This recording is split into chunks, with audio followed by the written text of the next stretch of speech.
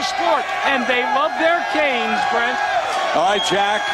And Virginia Tech will be coming out of that end zone. They'll be moving left to right on your screen. Miami won the coin flip. They deferred, so it will be Virginia Tech ball. The punter, Brian Monroe, to kick it off. And back deep, Eddie Royal. And some of you Hokie fans saw Josh Hyman back there. That's a great sign. Nicked up a knee last week, coming out from the 2-yard line now. Into the middle for Hyman. He looked like he had an alley, but it closed fast at the 22-yard line. Now it is quarterback Brian Randall, that added dimension. And we ask him, what do you do best, Brian? I say my positives are the fact that I'm a mobile quarterback and I can throw the ball and run the ball. I think that, you know, I've been getting better at standing in the pocket and going through my reads and throwing the ball. So here they come. You can see the back of Morgan, one of the starting wideouts on first down. You'll see that familiar 4-3 look from the Miami defense. Randall under center. Emo, the bad hamstring, is in at running back. Virginia Tech opens with 2 tight ends, and Randall immediately changes up the call on the first play of the game. Emo on a cutback, gained only about a yard against that front. We look now at the Outback Steakhouse starting lineup. We mentioned Emo. How will the strained hamstring hold up? Coaches say he looked better and better in practice this week. Offensive line a change. Reggie Butler draws a start today. We'll see how he holds up. There's an injury over there on that side. Actually, Brent, they did go with Jimmy Martin, 52, to start the football game. He must have felt good in warm-ups. He has that high left ankle sprain. And there he is over at left tackle. Number 52, injured the ankle last week against Virginia. Randall is back in the gun. Inside handoff to Emo. That draw play out of the gun, and the Cane speed simply all over it. Greg Threet, the strong safety, and Roger McIntosh, who is starting at linebacker. Santonio Thomas will play a little bit today, and they hope to get 20 snaps out of him in the defensive line. The linebackers, Romeo Davis, the youngster, but McIntosh was in the starting lineup today. Emo did not look good. He did not look good. It was the first run against Virginia, and he looked the first run against Miami, and it looked like that hamstring again popped. Third down and long. You saw a picture of Antrell Roll, a Thorpe finalist in that defensive backfield.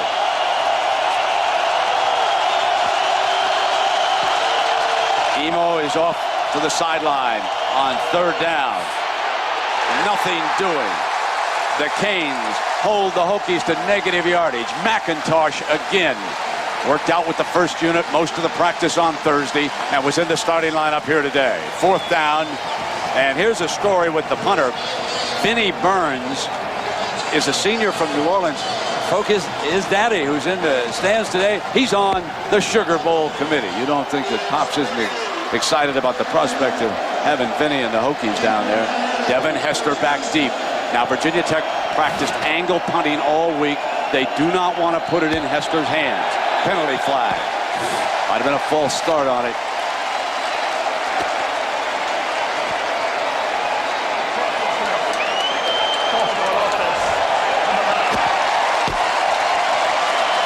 It is against Hall. He went in motion. Frank Beamer, who coaches the special teams, want to use that to see if he could free Hall as a cover man off that formation, and it backfires on Beamer here on their first fourth down. Now Burns is backed up into his end zone.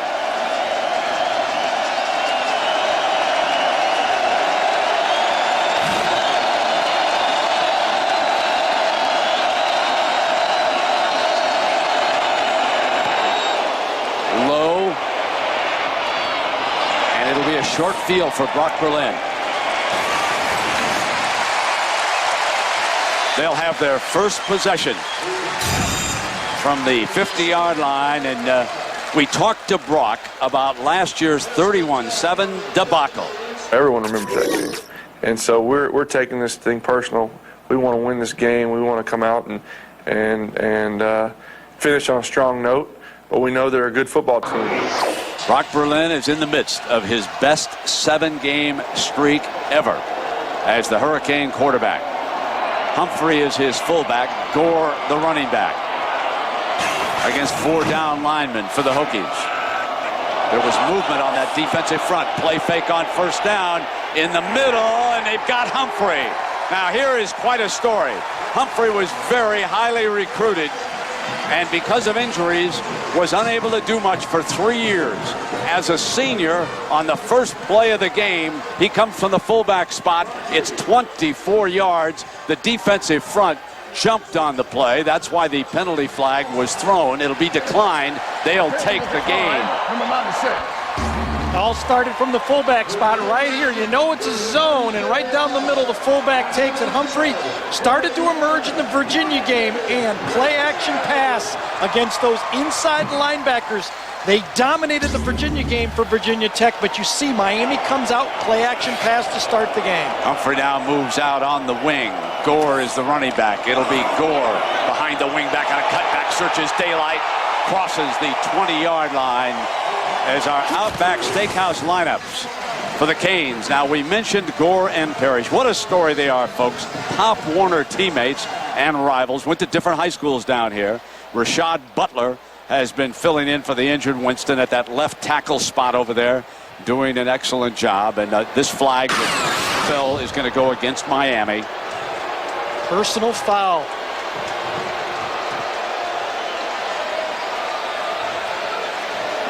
Derek Morse, the guard, freshman guard, came around, got a great block. Personal foul. Number 70 on the offense. 15 yards from the previous spot. Still first down. That's Joe Rodriguez playing in his last game here, the center. That's where the battle will be, up front. That Virginia Tech front seven dominated Virginia a week ago when we did that game, but Virginia didn't really affect the linebackers and the safeties with much play-action passes. Miami seems intent on play-action passing early in this football game.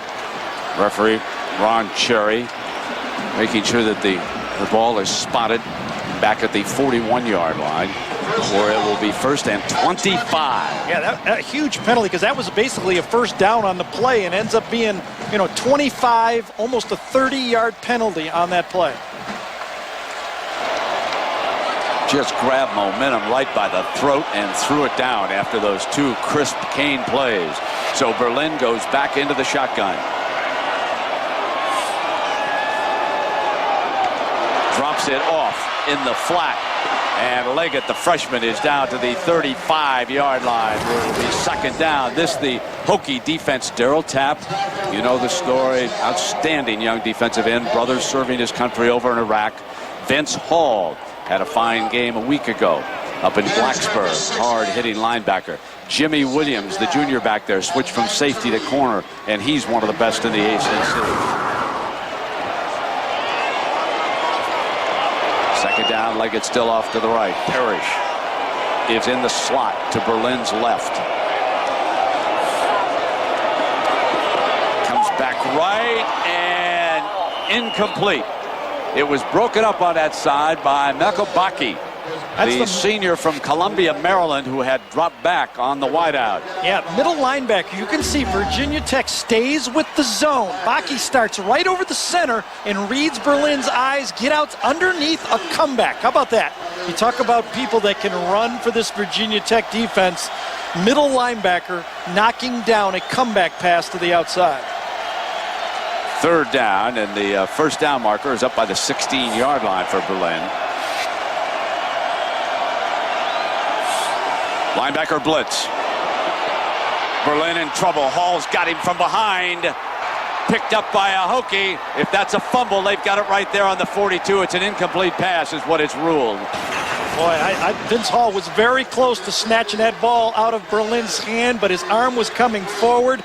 Frank Gore stepped up and just labeled the blitz, but good coverage. Watch number 3 come in, take one, just right in the mouth, and then Hall chases Berlin. Well, his hand was not coming forward. That one could have been called back. We did a lot of games in the Big Ten this year, my friend, and that one would have been one that we could have looked at again. Absolutely, and John Petty is going to come on here and attempt a long field goal. It's a 52-yarder. That would be his career long. It's a pooch punt, so Petty will pooch it right out of there. Oh, great. And it's inside the 10-yard line. Down at the 9. So a battle of the special teams in this ACC title game, and the first check mark goes to the Canes. Gary, you're convinced this was a fumble? Absolutely. His hand was going back. Slow motion helps, no doubt about that. Starts to go back, does not go forward at all. Brock does a good job of following through, and in full speed, that kind of mesmerized the official on the play. Cost him 30 yards in field position for Virginia Tech. They now must come out from the shadow of their old goal line, and Emo is back on the field.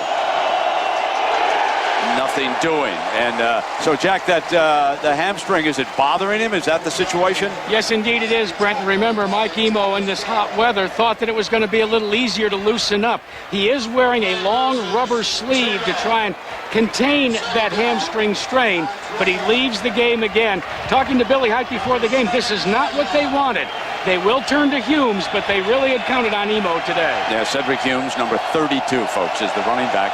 He is directly behind Randall in a deep I formation.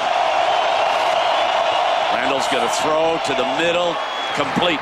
Picks up his tight end out to the 29-yard line. That's Jared Mazzetta. He's a senior from Flemington, New Jersey, and that's 22 yards. This is really how you have to play this Miami defense. Mazzetta, a king. The other tight end's going to go here. Mazzetta goes over there. A very, very simple play, but you have to control these linebackers. Look at the downhill of the linebackers for Miami. You cannot let them zero in on your running game. You must play action pass to win. Roll goes over on the slot receiver Morgan on this 1st and 10. Beeson, the linebacker, up on the line, says that Mazzetta moved on him. He pointed right at him. When Miami puts their linebackers out wide, they are coming. 5-yard penalty. Beeson stepped up, and Mazzetta recognized it, and he flinched a little bit and picked up the penalty, so it will be 1st and 15. Yeah, Brian Steinspring, the offensive coordinator for Frank right there, has told his team all week, when those linebackers move wide, they're not trying to fool us. They're coming. Now Williams, one of the linebackers, and again a shift, and Beeson is off the line this time.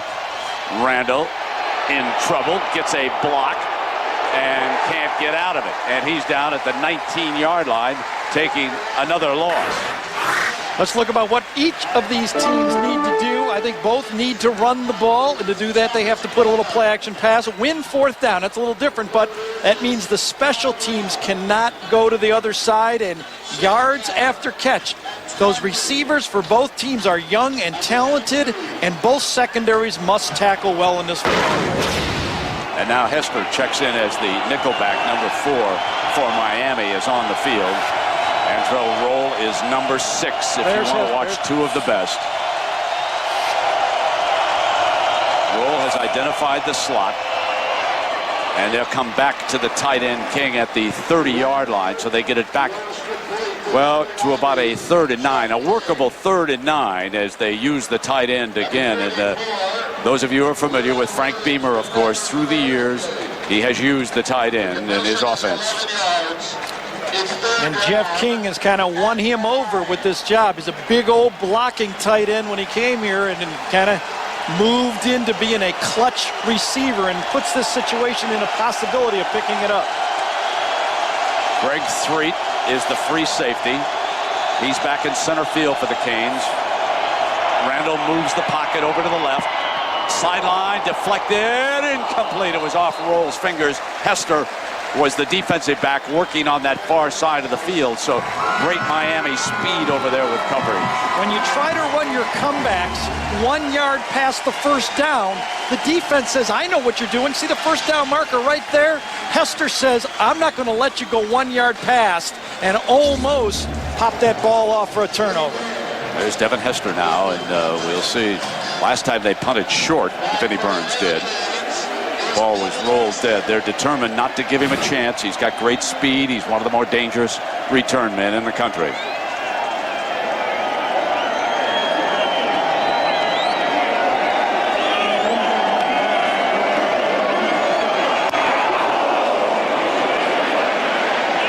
Hester. Oh, beautiful. And it's a great punt out of bounds. He dropped one down inside the 20.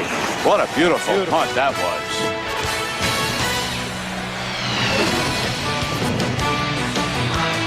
Boxer Road. 1st and 10. You look out at some of the folks playing out there in the ocean. It's a great day. Temperature, we are told, is in the 70s here in the Orange Bowl. Hurricane season ended the 1st of the month, and every resident of this state is thankful for that. 1st down now for Miami, and it's Frank Gore from Coral Gables. Daylight on the right side, out to the 23-yard line. You know, we asked Coach Coker about regrouping after losing 2 games in a row. Obviously, when you lose, everything becomes magnified, and I think we got back to basics. We got back with our team, so we want to make sure and not lose our team because, we felt like we had some good players here, and we felt like if we could get readjusted and back on course, that we'd end up having a good year. 2nd down and short for Coker, who has done just an outstanding job down here in South Florida with this Cane program. Very unassuming man. Berlin hit on the release, got it complete. 1st down using Humphrey for his 2nd reception of the game, and he is out to the 41-yard line. Just one of those wonderful stories of a young man who looked like his football career was over because of an assortment of injuries, but he hangs in. Brent, give it to the coordinator on this one. This is an unbalanced line this way. You see this is a tackle right here. You put a little motion on, and that confused the Virginia Tech defense. The fullback is able to get outside the defense, and by a formation from Dan Werner, offensive coordinator, you could see that Brock Berlin had an easy throw just before Tapp got him. Moss checks in as one of the wideouts. He and Parrish are bunched with the tight end Everett. Berlin looks bunched as they split out, deflected, incomplete, and it'll be 2nd down and 10. Little miscommunication that time from Moss and Berlin. That's what was happening early here. The young receivers and the quarterback were not on the same page. That time, Moss came inside. Berlin threw it to a spot, and he was very fortunate that ball wasn't picked off. What a difference a year has made. Check the interceptions. A year ago through 10 games, 14 interceptions, and he was being blasted by fans and media. Now 21-4. He's up for Player of the Year in the ACC. This the championship game. BCS Bowl on the line. Toss play with Gore. Picks his way for about a yard. Well, a reminder that Monday Night Football is at 9 Eastern Time, out for the Great Northwest. What about the Seahawks? Can they get it back together? They'll be taking on the Cowboys and Vinny Testaverde. Folks, take a look at the numbers. This is the year that Vinny won the Heisman here at Miami, 1987. Note the yards, 25-57. He'll go into tomorrow night with 25 and 6 yards, but Vinny would like to cut down the interceptions for Bill Parcells. Parcells a no-nonsense guy when it comes to turnovers. 3rd down and long. Brock Berlin back in the shotgun. Hokies show 4 down linemen. Parrish is the motion receiver. Pump fake. Came back to Moore for a 1st down at the 44. Another of the Canes getting healthier and healthier as the season progresses. That was one of the stories as to why they lost 2 in a row. They simply were young and they were not healthy. Zone defense that time by Virginia Tech. Moore, who had early drops this year and lost his job, fought through injuries and worked his way back. Remember, a year ago against Virginia Tech, he caught 7 balls for over 100 yards in that loss to Virginia Tech. Moss in the slot to Berlin's right. Gore the lone running back. 2 tight ends. Ortega has replaced the injured Greg Olson, and Gore slams into the middle of that defensive front, which is a very stout front. And Jack, you couldn't be happier for someone than Brock Berlin, the way he kept his head up in this program and never let anything get him down. No, and Brent, he did one thing that was extra special in trying to turn his season around. After the Houston game, he and his wide receivers would break after every practice and spend an additional 30 minutes simply running patterns, simply tossing the ball, getting their timing down, getting their chemistry together. And now it seems to work out. Now Berlin is under center. Play fake. Running away from Lewis in a foot race, and he'll toss it away. Let's go back on that story about not quitting despite, and believe me, he must have felt like a professional quarterback the way the criticism was raining down on him, and we asked him about keeping his head up during that troubled time. I never lost confidence about anything. I just knew that you just got to keep on fighting, and at some point this thing's going to happen. and you just can't give up. And that's something that I was proud of myself for sticking with this thing and able to pull it out. Indeed he is, and some NFL team will take a look at him. He's obviously not the prototype first-round draft choice, not going to be drafted first, but he'll get a long look in the NFL somewhere. A tough hombre. Steps away from trouble, fires back middle, complete. Close to the first down marker, appeared to be just a little bit short, and using the tight end, Everett, as his receiver that time. Brock is very comfortable moving around in the pocket. That was one of his strengths when he came out of high school, when he played for Florida. Even in his struggling years, as Brent talked about last year, he was comfortable in the shotgun and moving around throwing. And that Kevin Everett came back, caught that ball just short of the first down. Now let's see if he just keeps it and goes right straight ahead on fourth and I think there's only here. 10 men out there. Frank Gore is not, and now he's running out late. They're going to have to take a timeout. So it cost them a timeout. Obviously, it was not a running back who was due to carry it, folks. We'll be right back. Central only on ABC. Get into the game with Enhanced TV. Play along. Get up to the minute stats. Vote in polls. Enhanced TV is live now at ESPN.com. And, of course, all the latest scores. The cruise boats getting ready down here on the weekend to go on out. It'll be a great place to watch a football game down there. Now it's fourth and just inches. Humphrey is back in as the fullback. Brock right behind Rodriguez. Rodriguez checks to his left. Play fake. They're going to throw for it. Berlin goes deep. Intercepted. Picked off by Eric Green, the senior from Clewiston, Florida. That's a great play, but a strategic mistake. That ball would have come back out to the fourth. If he would have knocked that ball down, he would have gained an extra. I thought on this play the safeties were deep for Virginia Tech. Miami was going deep, but double coverage. They were ready for it. Now, knock it down. You got to know fourth down. He catches that ball. It costs him 20 yards. That was a big gamble for Miami, fourth and inches. And through to double coverage that time. The look was not there. But they're down on the 20-yard line. And that is the first interception Brock has thrown in 163 consecutive passes. So that streak comes to an end. But the Hokies must work coming out from their own 20-yard line. Royal is the motion. Here's Randall with that option look, keeping it all the way.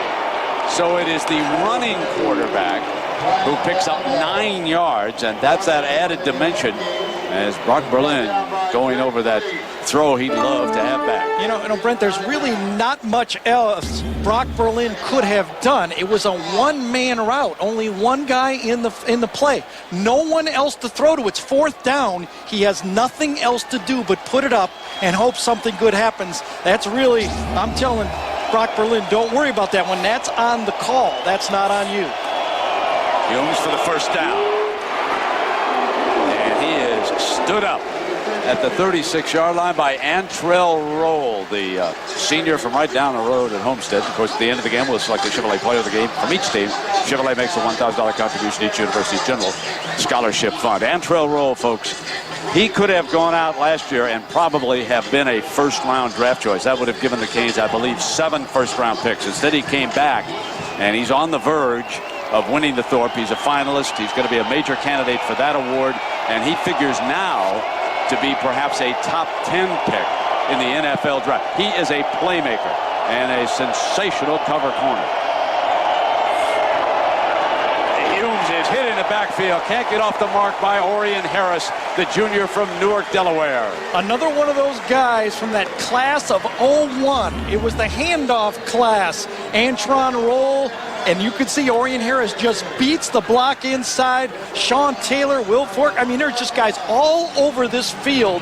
Frank Gore that were part of that class of 01 when Butch Davis left, and Larry Coker saved that class. Remember, they looked at Barry Alvarez. Barry Alvarez stayed at Wisconsin, and Larry Coker kept it together.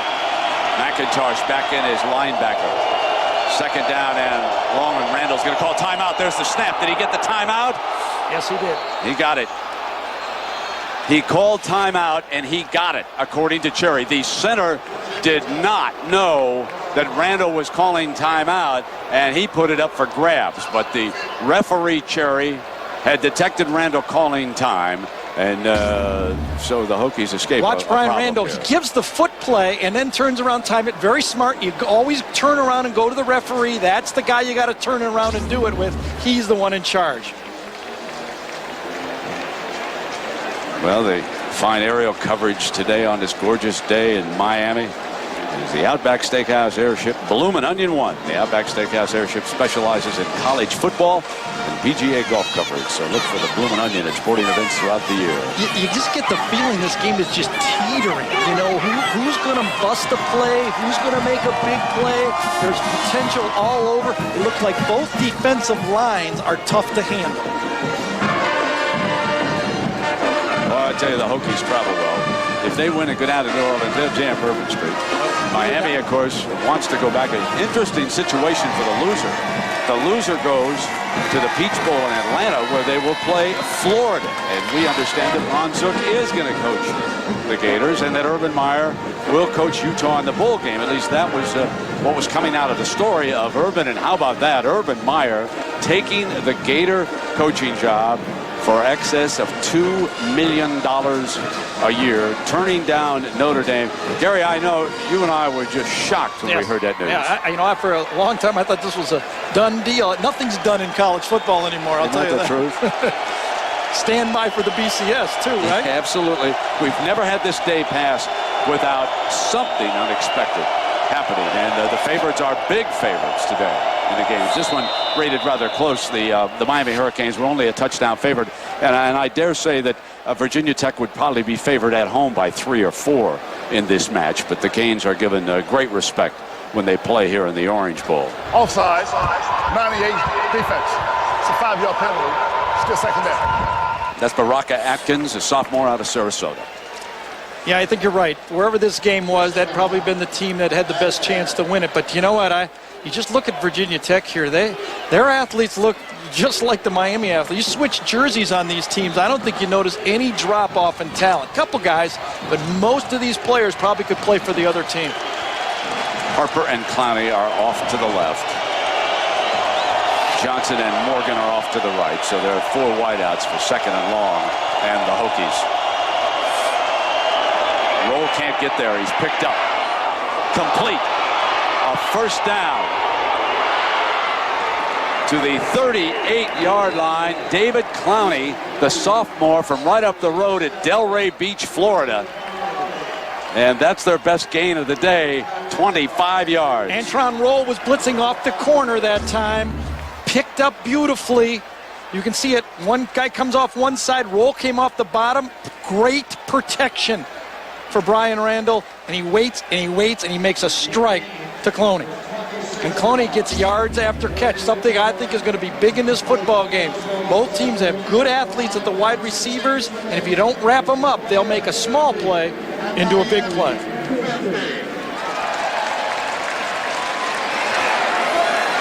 Back to the 2 tight end look. And that time the tight end was very helpful against Roll as he was trying to blitz, which he frequently does from that slot formation look, which draws the corner in closer to the line of scrimmage.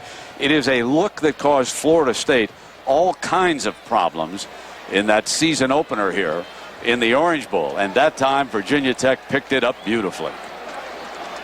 Murphy was hurt on the play. Yes, Murphy. No, what happened on this play, I think, Brent, is right away the trainer ran on the field for Murphy because he laid there. Once the trainer comes off, the player has to go out for at least one play. So Mazzetta and King are the 2 tight ends, bookend the offensive line. First down and 10, ball across the 40. Best field position for the Hokies here on first down. Play fake. Randall put it up on first down, and it's Clowney again. Very close to that first down marker. We'll see where they get the spot. It's either 9 or 10 yards. We'll sort that out, and we'll check in with John. John, what's happening with Pittsburgh? I know they're driving to a BCS Bowl. Brent, here in the Taco Bell update, you're absolutely right. They know if they beat South Florida today, by the way, a team that'll be in the conference next year, that they would be going to the BCS. Tyler Palco, remember he had 5 touchdown passes against Notre Dame. That's number 5 on the day here. To Eric Gill covered 80 yards Pittsburgh is rolling into the BCS. Brent. John, I know all the talking heads are going to tee off on Pittsburgh and the Big East getting the automatic, and I can understand it. I'm not belittling him. I'm not putting him down. I know where that's coming from. But I do want to say this, that Pittsburgh is an improving football team. Now, are they better than Texas? No, I wouldn't say that. Texas would be favored over. But I'm here to tell you that Pittsburgh is no longer a pushover. Walt Harris has improved the young quarterback. The passing game is a little bit shorthanded. Lee is their major weapon out deep. But whoever plays them, and it is possible it's going to be Utah out in the Tostitos Fiesta Bowl, they are in for a football game. Make no mistake of that. And Clowney just caught 2 balls, Jack. And he had 2 scholarship offers. Both of them were to Georgia and to Florida State, but not to play football. And then, just before the 11th hour, Vatek called and offered him a football scholarship. Now it's Vatek powering ahead with Humes, and he breaks it, and they go to the red zone. 1st and 10.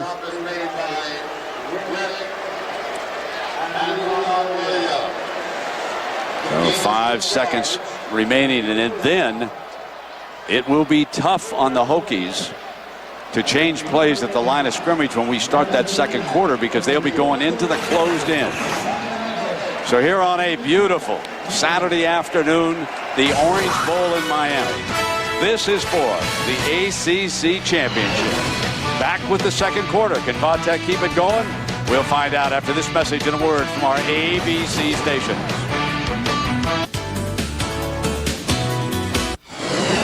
ABC Sports welcomes you back to this week's BCS Spotlight Game presented by ADT.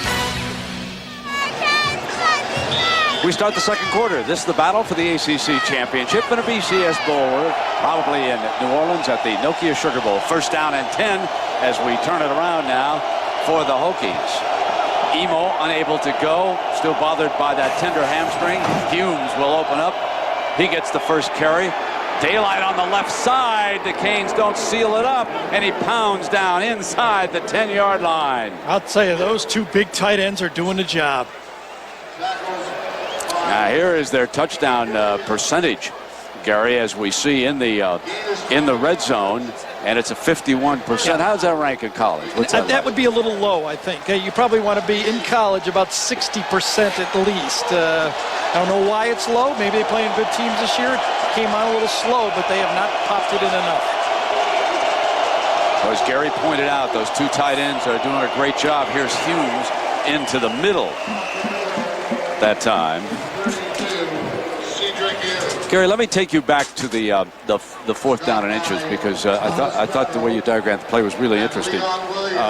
Would they have been better off sending a second receiver off to left? Tell me about how you. I thought they should have delayed a tight end or slipped the fullback out there. It was an all or nothing play, and I thought Brock Berlin could have helped a little bit. You know, when he looked up and saw the safety deep, I think he should have just taken another timeout. Maybe not the second half, but the first half, they needed to get out of that play.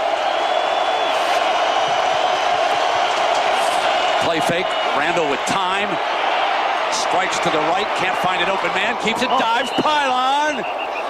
And he was just out of bounds, apparently, as he was reaching for the pylon, extending for it on that far side. Well, that was a magician. That was Donovan McNabb-like. Watch him come out, tries to get the ball to the tight end, beats 2 Miami defenders. Watch him with the pump fake.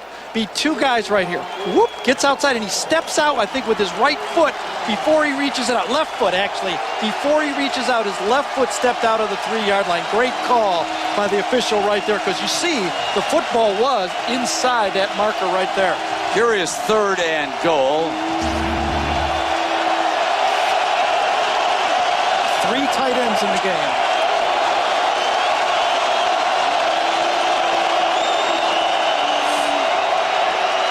Looking for one. Got it. Touchdown, King. They lined him up as a wingback.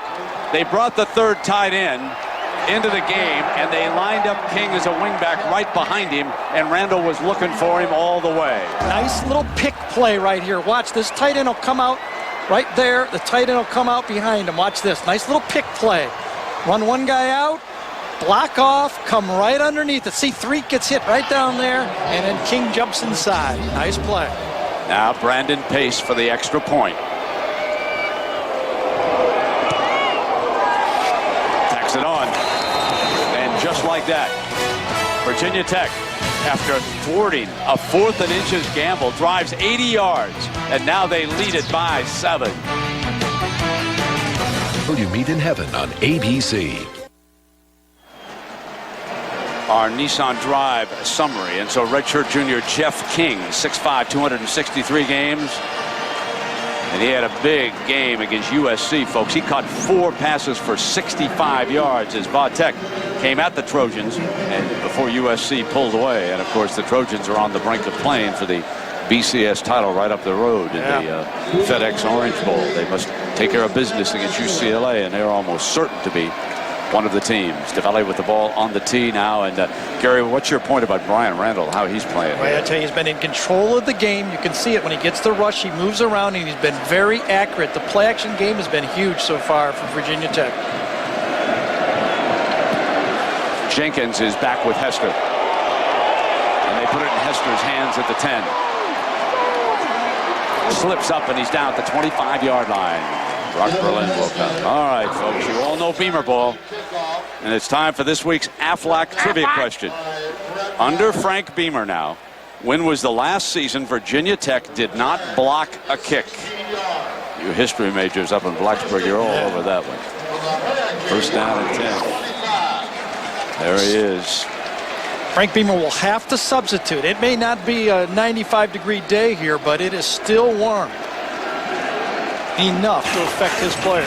Humphrey is lined up and sort of stutter steps over in motion. They'll run Gore behind him in that direction. Gore to the 29-yard line. Virginia Tech and Miami. This is their first year in the ACC. Next year they'll be joined by Boston College. They will split the conference into 2 divisions. They will play for a championship at the end of the regular season. But how about this winding up? It's a de facto title game as Miami and Virginia Tech scheduled for television reasons as the last game of the regular season, and they wind up playing for the BCS bid and ACC championship.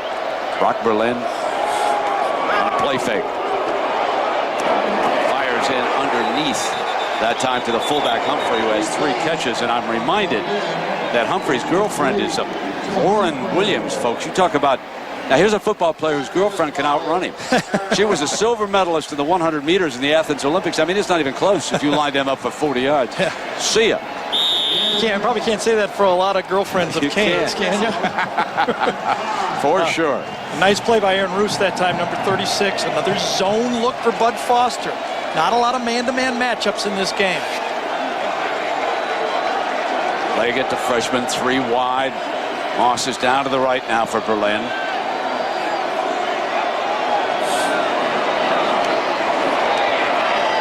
Incomplete.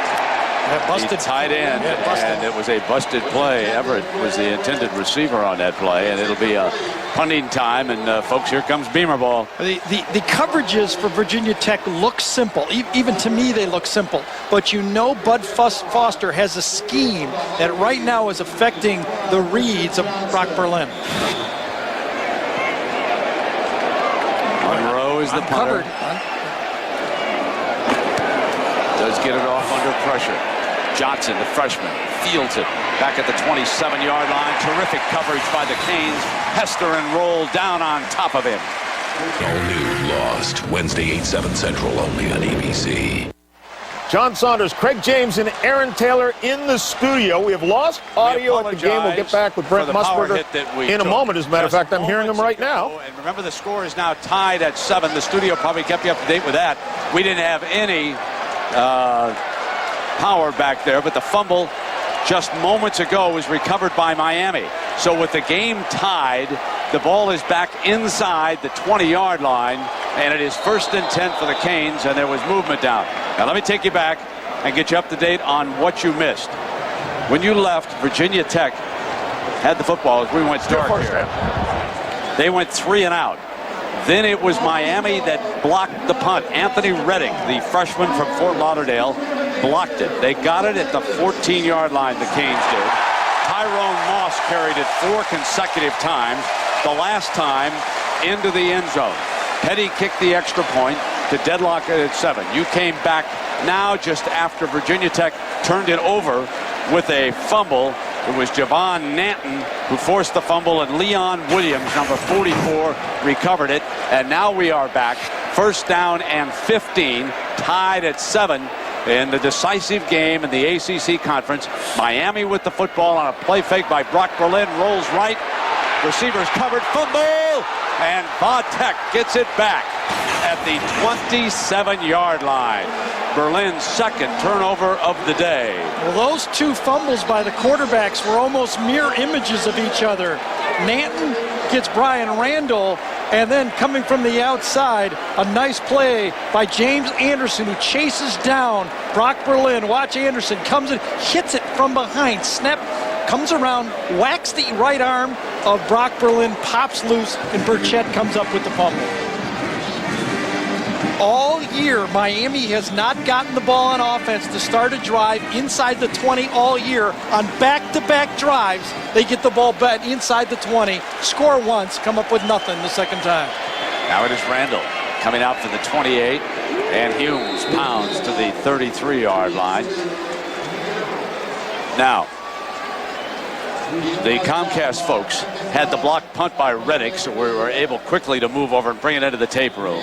So that was the blocked punt right there. Then it was Moss quickly slashing in behind the left side of the Canes offensive line, and that's where we are right now. We are tied at 7. This is second down and 5. We have 6:44 to go in the first half.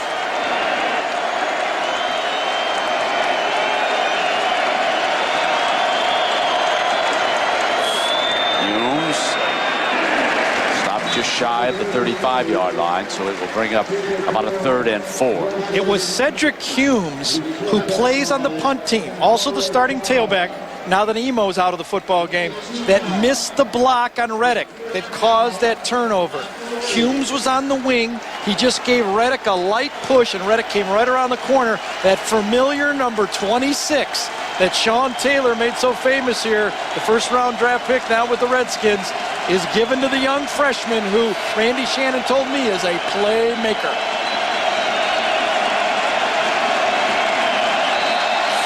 Randall wants to change it up, and he'll use a timeout. Virginia Tech 7, Miami 7, the championship game of the ACC. Of 1st and 10. Look down on the beach over there in the background here on a gorgeous day in Miami. 7-7. 3rd down for Randall and the Hokies. Randall going to throw for it. Got Clowney again for a first down out of bounds on the Canes sideline across the 40-yard line. Miami again really gives Brian Randall like a signal. We're coming. Okay, you got to have great players to really let the other quarterback know exactly what's going to happen. You see it. Here's a linebacker right here. Here's a guy right there. You know they're coming from the outside. Brian Randall knows they're coming. He says, quick fake, and I got Clowney out in the flat. Good protection inside, and Clowney comes up with another catch. He's been the emerging receiver in this game. That's his 3rd one.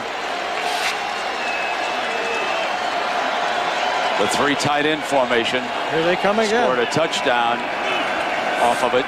The Hokies did. Humes steps outside the left side, and not much there. Reddick closing with the linebacker Williams. And our Pacific Life game summary here, Gary. Yeah, it was a 4th down play turnover. We said 4th down was going to be key, and then a turnover on a fumble. We've had a block punt and a fumble by Brian Randall. 1 touchdown to the tight end, and Miami turned the next block punt into a touchdown by Moss. Morgan is slotted. Harper in motion through the formation, and flag prior to the snap.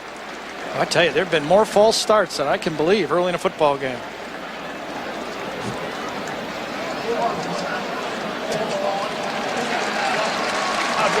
Well, we gave you the Aflac question. Under Frank Beamer, when was the last season Virginia Tech did not block a kick? Never.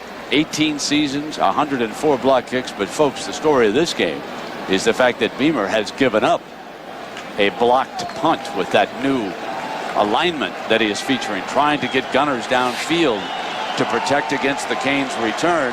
Miami took a couple of looks at it, and Reddick able to block the last punt.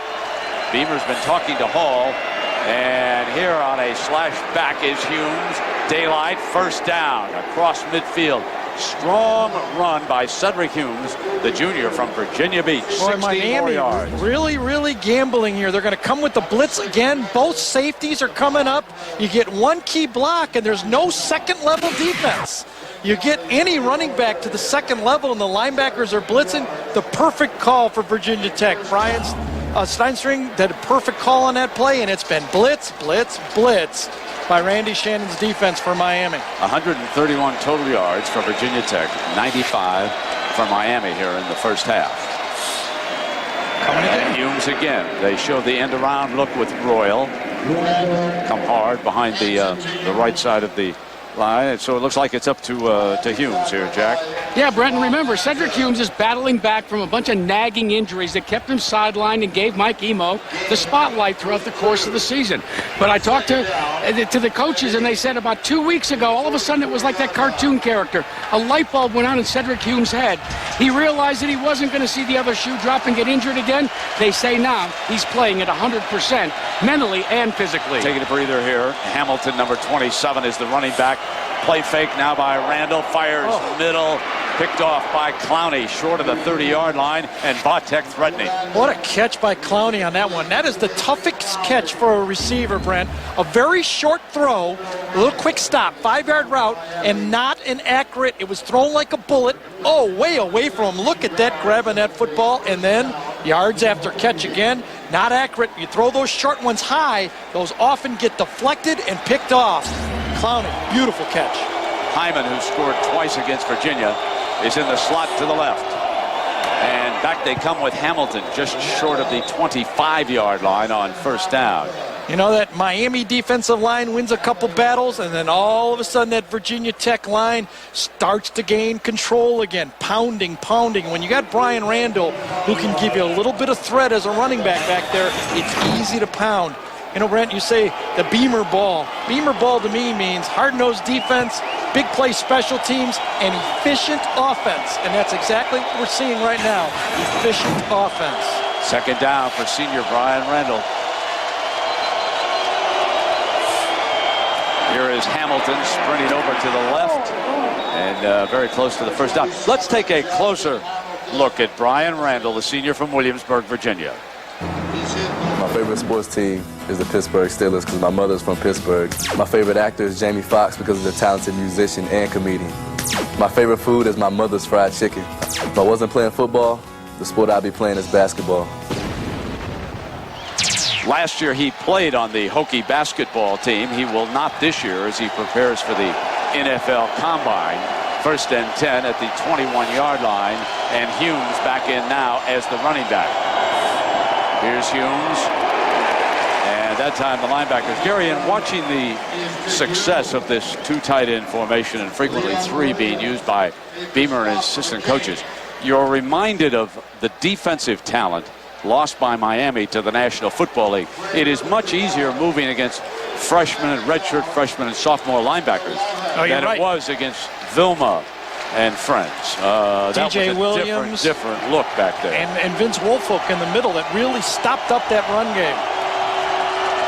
6 first-round draft choices last year. It's safeties up tight. There's the two safeties right there. They are challenging again. Here they come. Randall sacked at the 28-yard line by Anthony Reddick, the freshman from up the road in Fort Lauderdale. Moved into the starting lineup a few weeks back, has blocked a punt, and now comes up with a sack. Wanted to go to the tight end. He's covered by the safety this watch. Watch Jeff King. I think he's out of gas. He's played a lot of plays. Randall wants to throw to him, but by the time he gets the ball to him, King has not even turned around and looked for it yet, and Brian Randall had to take the sack. Now going to make even a field goal attempt here in the final minute of the first half a lot more difficult. This is third down and a bunch now for Randall. Boy, here they come again. Reddick Randall steps away into the arms of the defensive lineman who throws him down, and it will be 4th down. Reddick was on the move again, and Atkins makes the stop as Randall has to step up away from the safety. And of course, coming up with the Capital One halftime show, John and the gang will have highlights from that Pittsburgh game. They'll take a look at the BCS situation as it stands right now.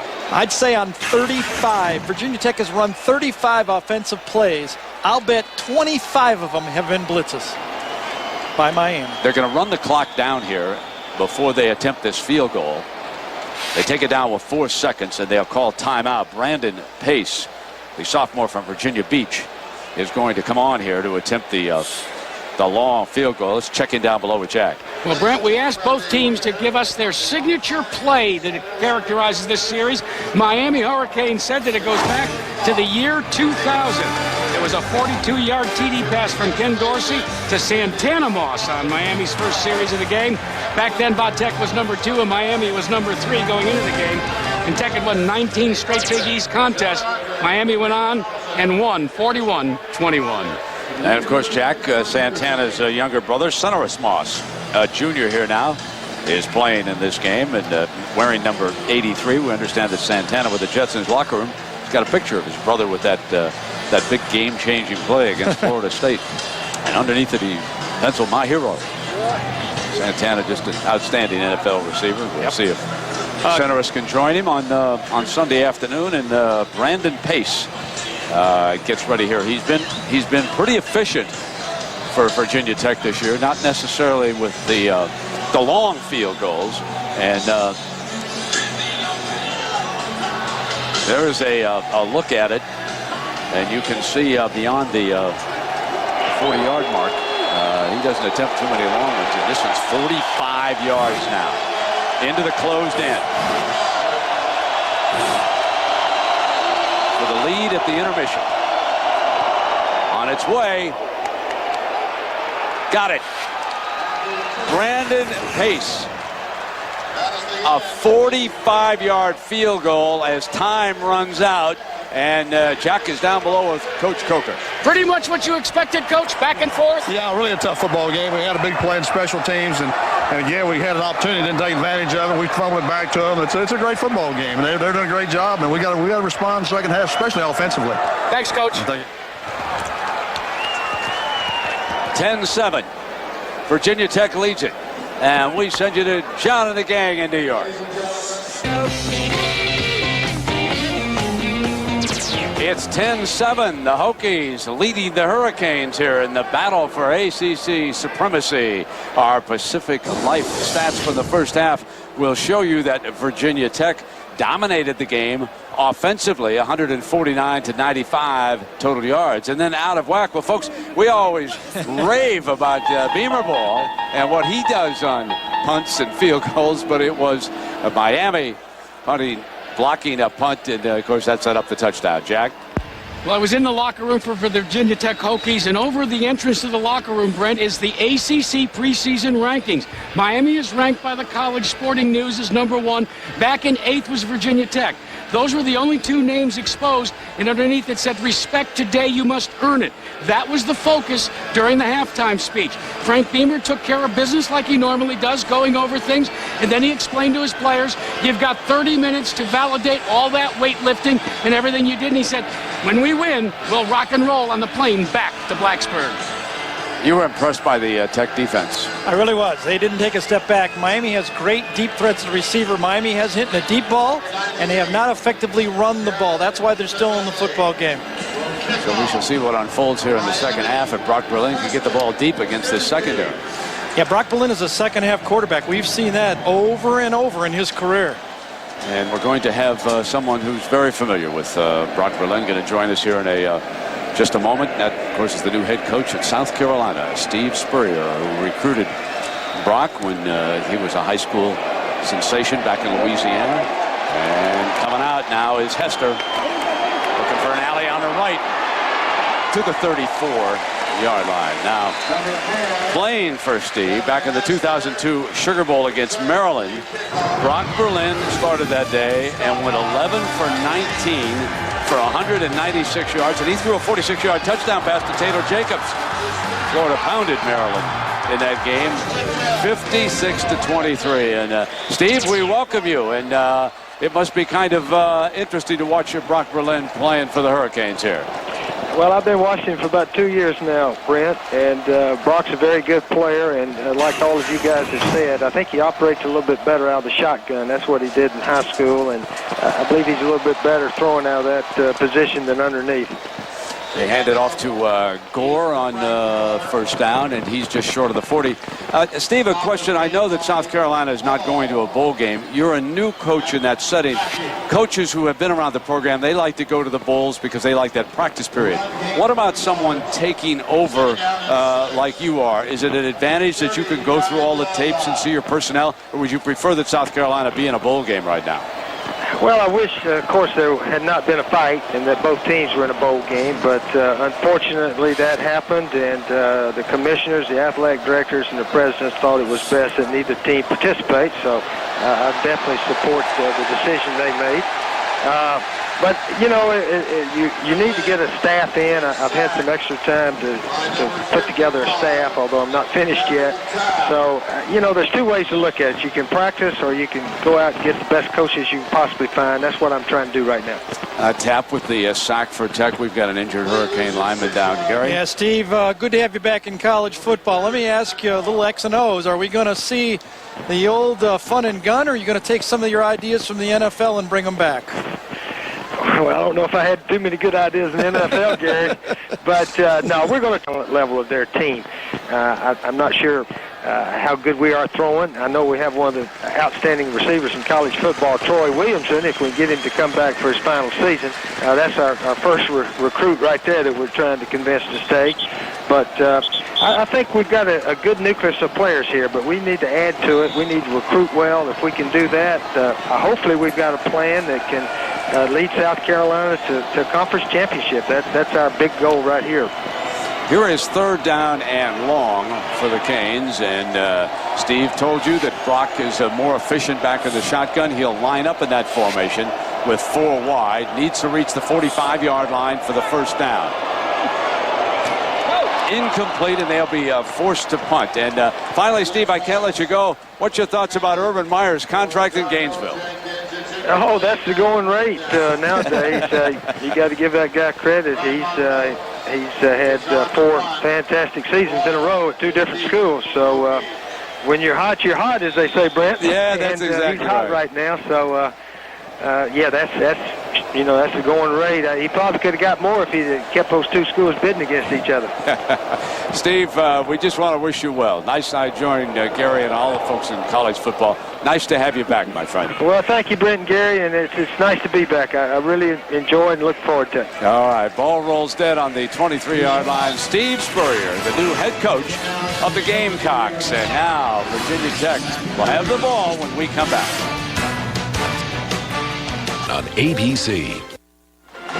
Welcome back to the BCS Spotlight game presented by ADT. Virginia Tech with the football. Coming out from 23-yard line here with a 3-point lead in their first possession of the second half against the Canes, who have that familiar 4th down lineman, Randall, and it is complete to Royal to the 28-yard line on first down. Little thing to look for early in this second half. Jimmy Martin did not start the second half. The injured offensive tackle for Virginia Tech, Reggie Butler, number 61, is in there at the left tackle starting off the second half. Jimmy Martin gave it a try in the first half, but I'm looking over on the sideline. He's standing on the sideline without his helmet on as we open the second half. Cedric Humes is the running back. Emo again bothered. Linebackers step into the gaps, and he dives to the 30. And this will be 3rd and short. And Gary, let's take a look at our Chrysler passing playbook. Bud Foster's come up with a little gimmick here. Miami throws to the tight end flanker side, so you're going to see a roll up this way, receiver there, and man-to-man on the backside. That's why on this play, a coverage sack for Brock Berlin. He's confused. The safety comes over, grabs the tight end. You can see it, nowhere to throw the ball. He wants to go to his left flanker side, and Bud Foster's 1 step ahead of him. Roll is the boundary corner in this 3rd down, matched up against the freshman Morgan. who started his first game as a Hokie here today. Linebackers coming, got him. Loose ball at the 30-yard line. Miami's got it.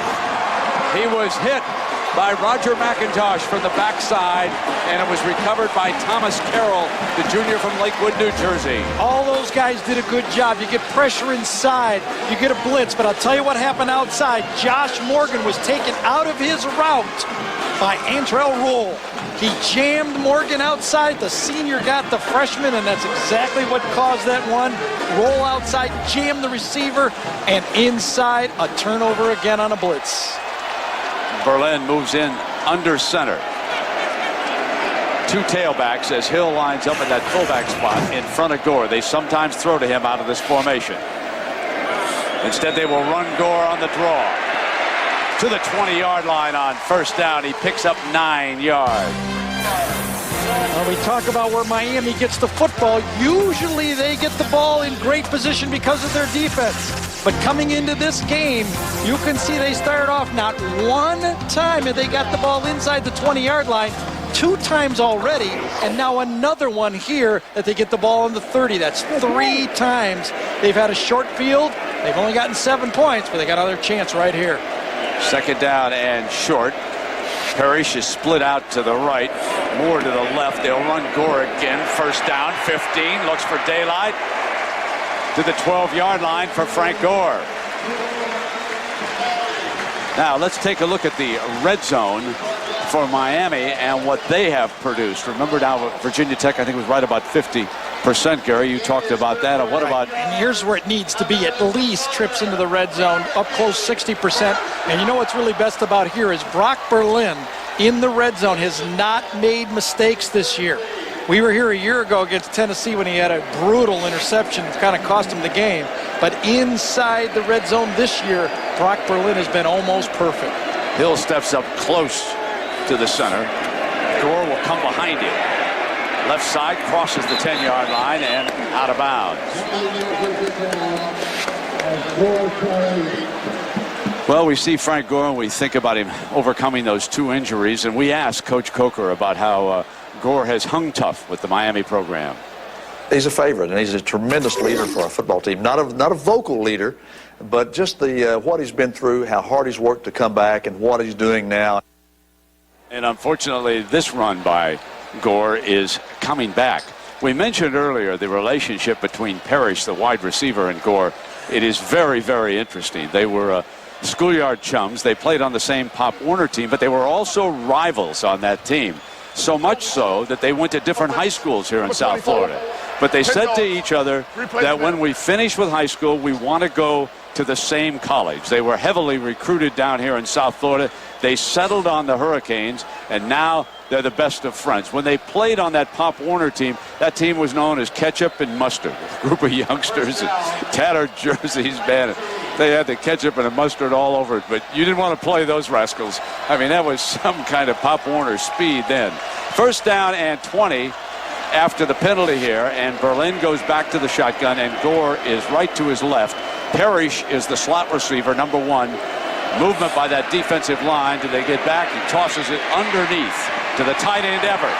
Sheds a tackle, and he is short of the 15-yard line. Eric Green, who intercepted his first pass of the season, makes the stop.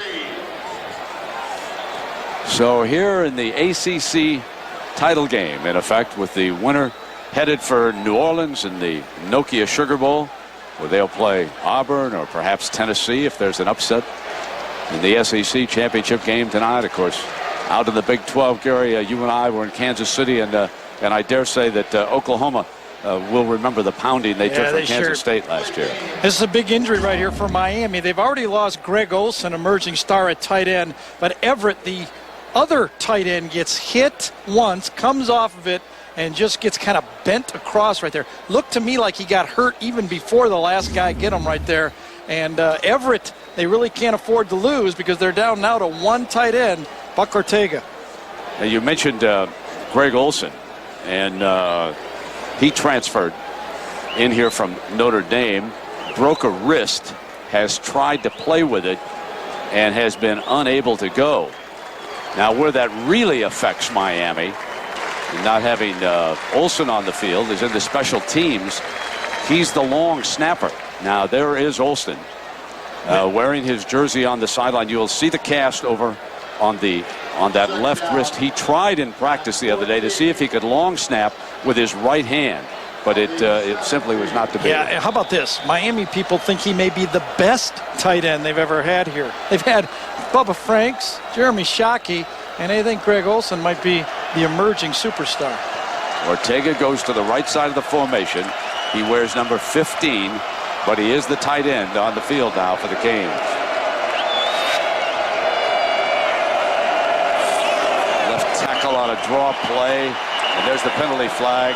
Play's the not left tackle moved, and that'll cost Miami five yards. Actually, it turns out to be pretty good play for Miami because they lost 5 yards anyway, and they're going to get the down over. Jonathan Lewis was just across the line, and I think this was whistled before the play, so they're not going to have any choice. Right after the snap. False start. Offense, 64. It's a 5-yard penalty.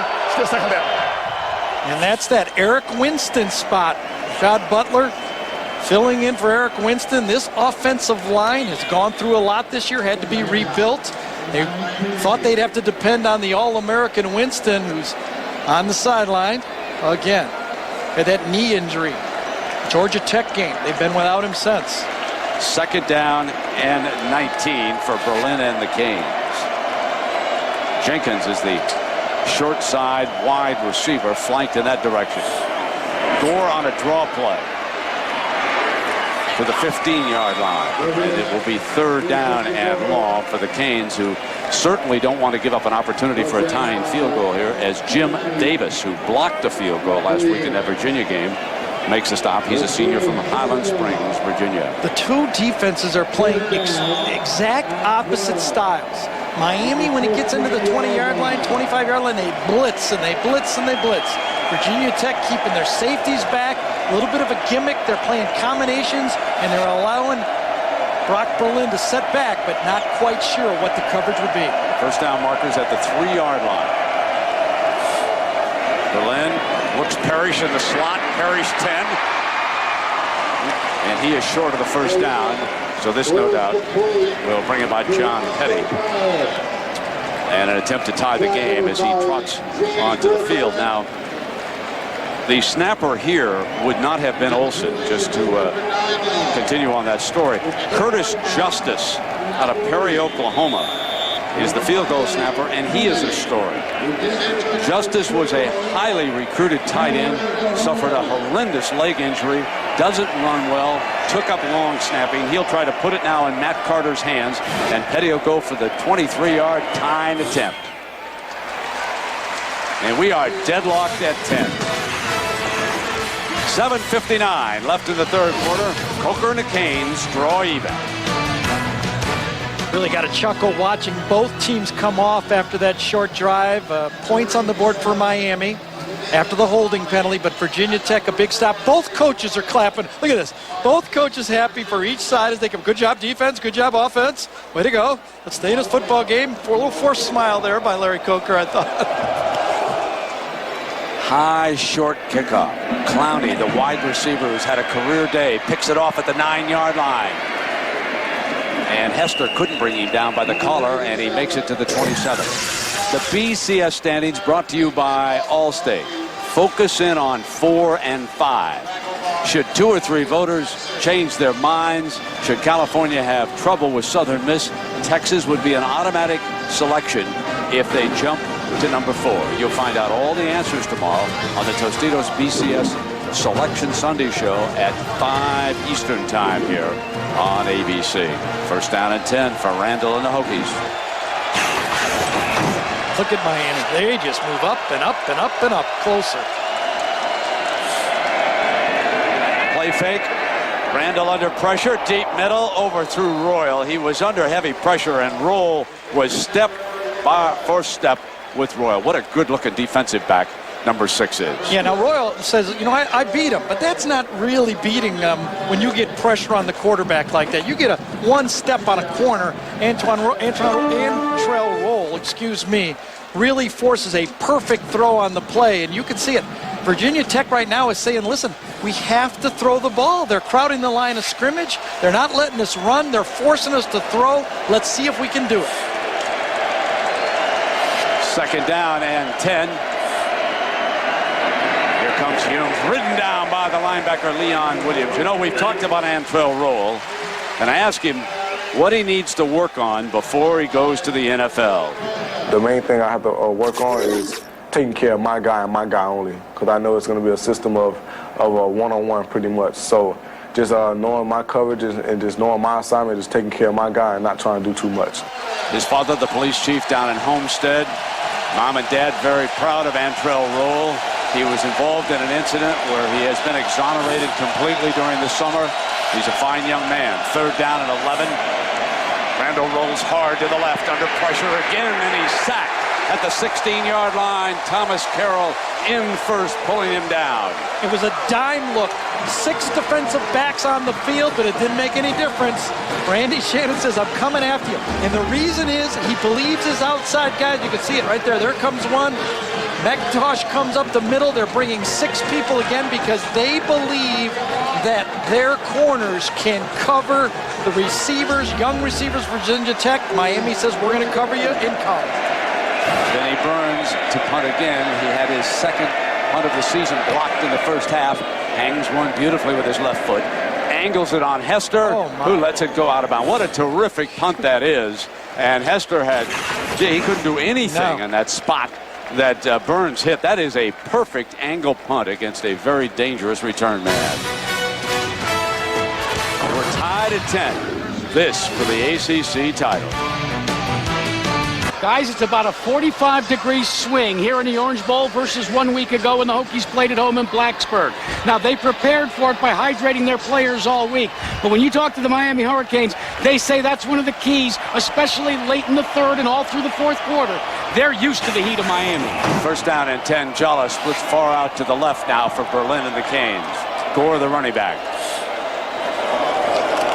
Gore on a stretch in the backup defensive line, holds its ground, and it will be 2nd down and long. Over on the Miami sideline, wearing the headset and listening to the plays and the different personnel formations, there is a young man by the name of Kirby Freeman.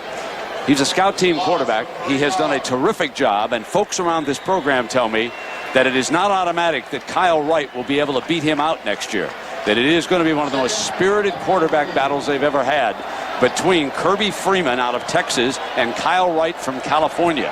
Those are the quarterbacks of the future. Freeman being redshirted this year. And a play fake by Berlin. Going to drop it underneath. There's a penalty. This one's coming back. Frank Gore to the 45-yard line. But the penalty flag has been thrown, and it'll go against Miami. It's coming back. I'll tell you, Kevin Lewis, number 7, he's having a brilliant football game. He's a backup player, but he has been dominant. He got held on that play, and he knew it. Well, a reminder, this is just the beginning of your tripleheader here on ABC. USC and UCLA will take you out to the Rose Bowl. Can UCLA do it for pride, or will the Trojans keep on rolling right into the BCS championship game in the FedEx Orange Bowl? We will find out next right here on ABC. And then, of course, later, Kansas City in the Big 12 championship.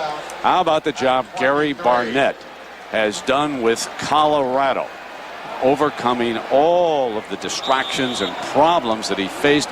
Remember, I think he was suspended for a total of 3 months. And he's a coach of the year in the Big 12. Hands full tonight for the Buffaloes against that Oklahoma team. As we look down from the blimp on our play here. Double reverse. Moss will go nowhere as he's out of bounds. So you got to see a double reverse from high above. This is such a well-coached football team. Virginia Tech, you don't get outside of them very often. They don't make mistakes. Miami, a couple trick plays have been nothing so far. They know what they're looking at. They expect things. Jimmy Williams, a safety a year ago, just doesn't get fooled. I mean, these guys have been well coached. You know what I attribute that to? Frank Beamer has kept his staff together since that '99 championship team. He's only lost one coach. Ricky Bussell went to be a head coach. All the rest are back. Third down. Two very deep safeties right now for the Hokies. They're standing back on the 40-yard line. Berlin's in trouble, slips it underneath to Gore. Gore well short of the first down, but they do gain some real estate before they punt. And you mentioned coaches over there. Bud Foster, of course, has redone the Hokie defense, and he's one of the reasons why they have played so well. Yeah, Kevin Lewis, absolutely doing a great job for him, the senior defensive lineman, and now going back deep is the return man Richard Johnson. He's a senior from Baltimore. Kevin Lewis dominated that last series.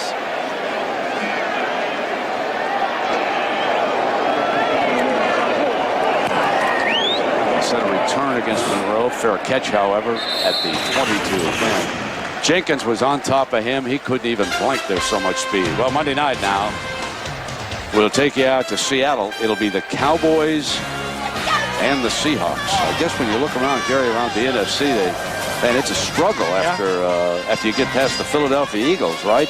All the 4 and 7 teams are still thinking they're in the playoff hunt, right? You get St. Louis at 5 and 6, and then a bunch of 4 and 7 still think they're in it. Seahawks been very disappointing over that last month. It looked like they were going to cruise on in. First down and 10 coming out from the 23-yard line. Hey, look at this. No blitz.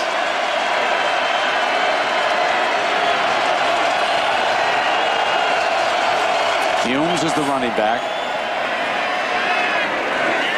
to the 25-yard line. Picks up a couple of yards. Let's check in with Jack. Well, Breno, earlier this month, Frank Beamer said he was asked by the media to rate his quarterback. He said he's perfect. You got to consider that being amazing. When he arrived in Blacksburg, Brian Randall was less than perfect. In fact, his position coach, Kevin Rogers, said he was better suited to play strong safety. This is the quote that Kevin gave back then. I didn't think he was good enough. But Rogers said he hit the weight room, he improved. He's good enough now. And here he is on second down and long, changing it up. He knows what's coming. They'll run Humes into the teeth. Well, Frank Beamer has done a fabulous job coaching this Virginia Tech team through 18 years. Let's meet him up close and personal. My favorite movie, Caddyshack. My favorite food, well, prime rib, maybe a ribeye steak. My favorite TV show, I think I'm all right on this one. Thursday night ESPN, we won 9 straight. No doubt. That'll be every potato coach's guy. Thursday night. Thursday night, man. Lee Corso ever screamed to take his quarterback out? He benches every other quarterback. There comes Randall under pressure. Through just in the nick of time. He felt that heat closing in on him. Orion Harris, big fellow, was coming. Miami's defense is taking over control of this game. They have decided that the receivers are too young to beat them in the secondary. They bring in their speed. They bring in Devin Hester. They bring in They bring in their nickelbacks, and they blitz Brian Randall. It looks like Virginia Tech is going to have to come up with something different to change this game. Miami's controlling it now. Hester. Remember that beautiful punt a short time ago by Vinnie Burns. You start angling them, though, and it gets tougher and tougher. You just miss it by a little bit, and you end up shaking it. There's the left-footed punt. Hester bobbles it and goes right on top of it. Good recovery by Hester. Didn't try to do any of that. Well, we took a close look at Frank Beamer. Let's now turn our attention to the fellow from Oklahoma, Larry Coker. The best book I've ever read would have to be See You at the Top by Zig Ziglar. The football coach I admire most would have to be Bud Wilkinson. My favorite food would have to be Joe Stone Crab. My favorite actor would have to be Jack Nicholson. He's very good at what he does. Yes, he is. And good plug for. In fact, after we talked to him on television last week, we did a phone interview with him, Virginia Tech. He and his wife they had takeout at Joe's, drove back home and watched the rest of the football on television. He's just a very, very nice man who's done a terrific job. Play fake now, Berlin. High and incomplete. Working underneath was Parrish that time. It went up over Hill, who was jumping, and Berlin on the move. They were trying to get the ball deep to Lance Leggett, and it wasn't there. Nobody. First down play. And Moss. Moss. He just checked into the game, and he's out.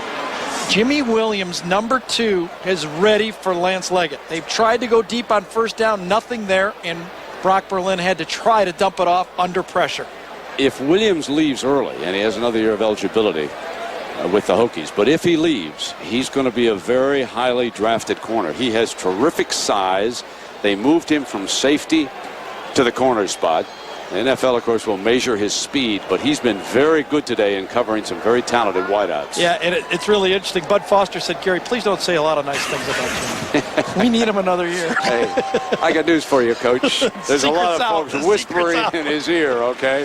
It ain't going to be us. Time for Medical Coach, the Thrifty Car Rental postgame report.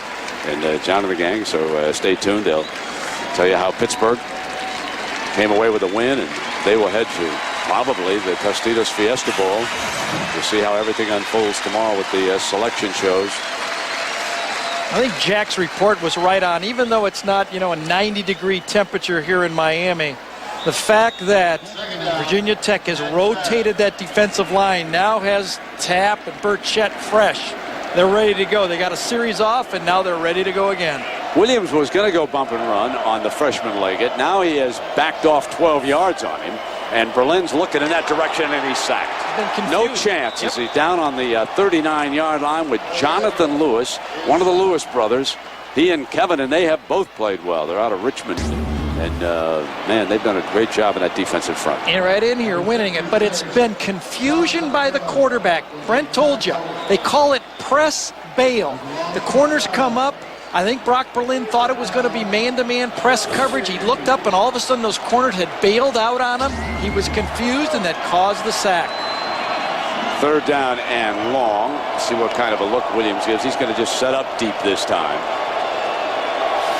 They've been rolling to the wide side of the field. They do it again. And Berlin will fire in underneath. Leggett bobbled it and dropped it.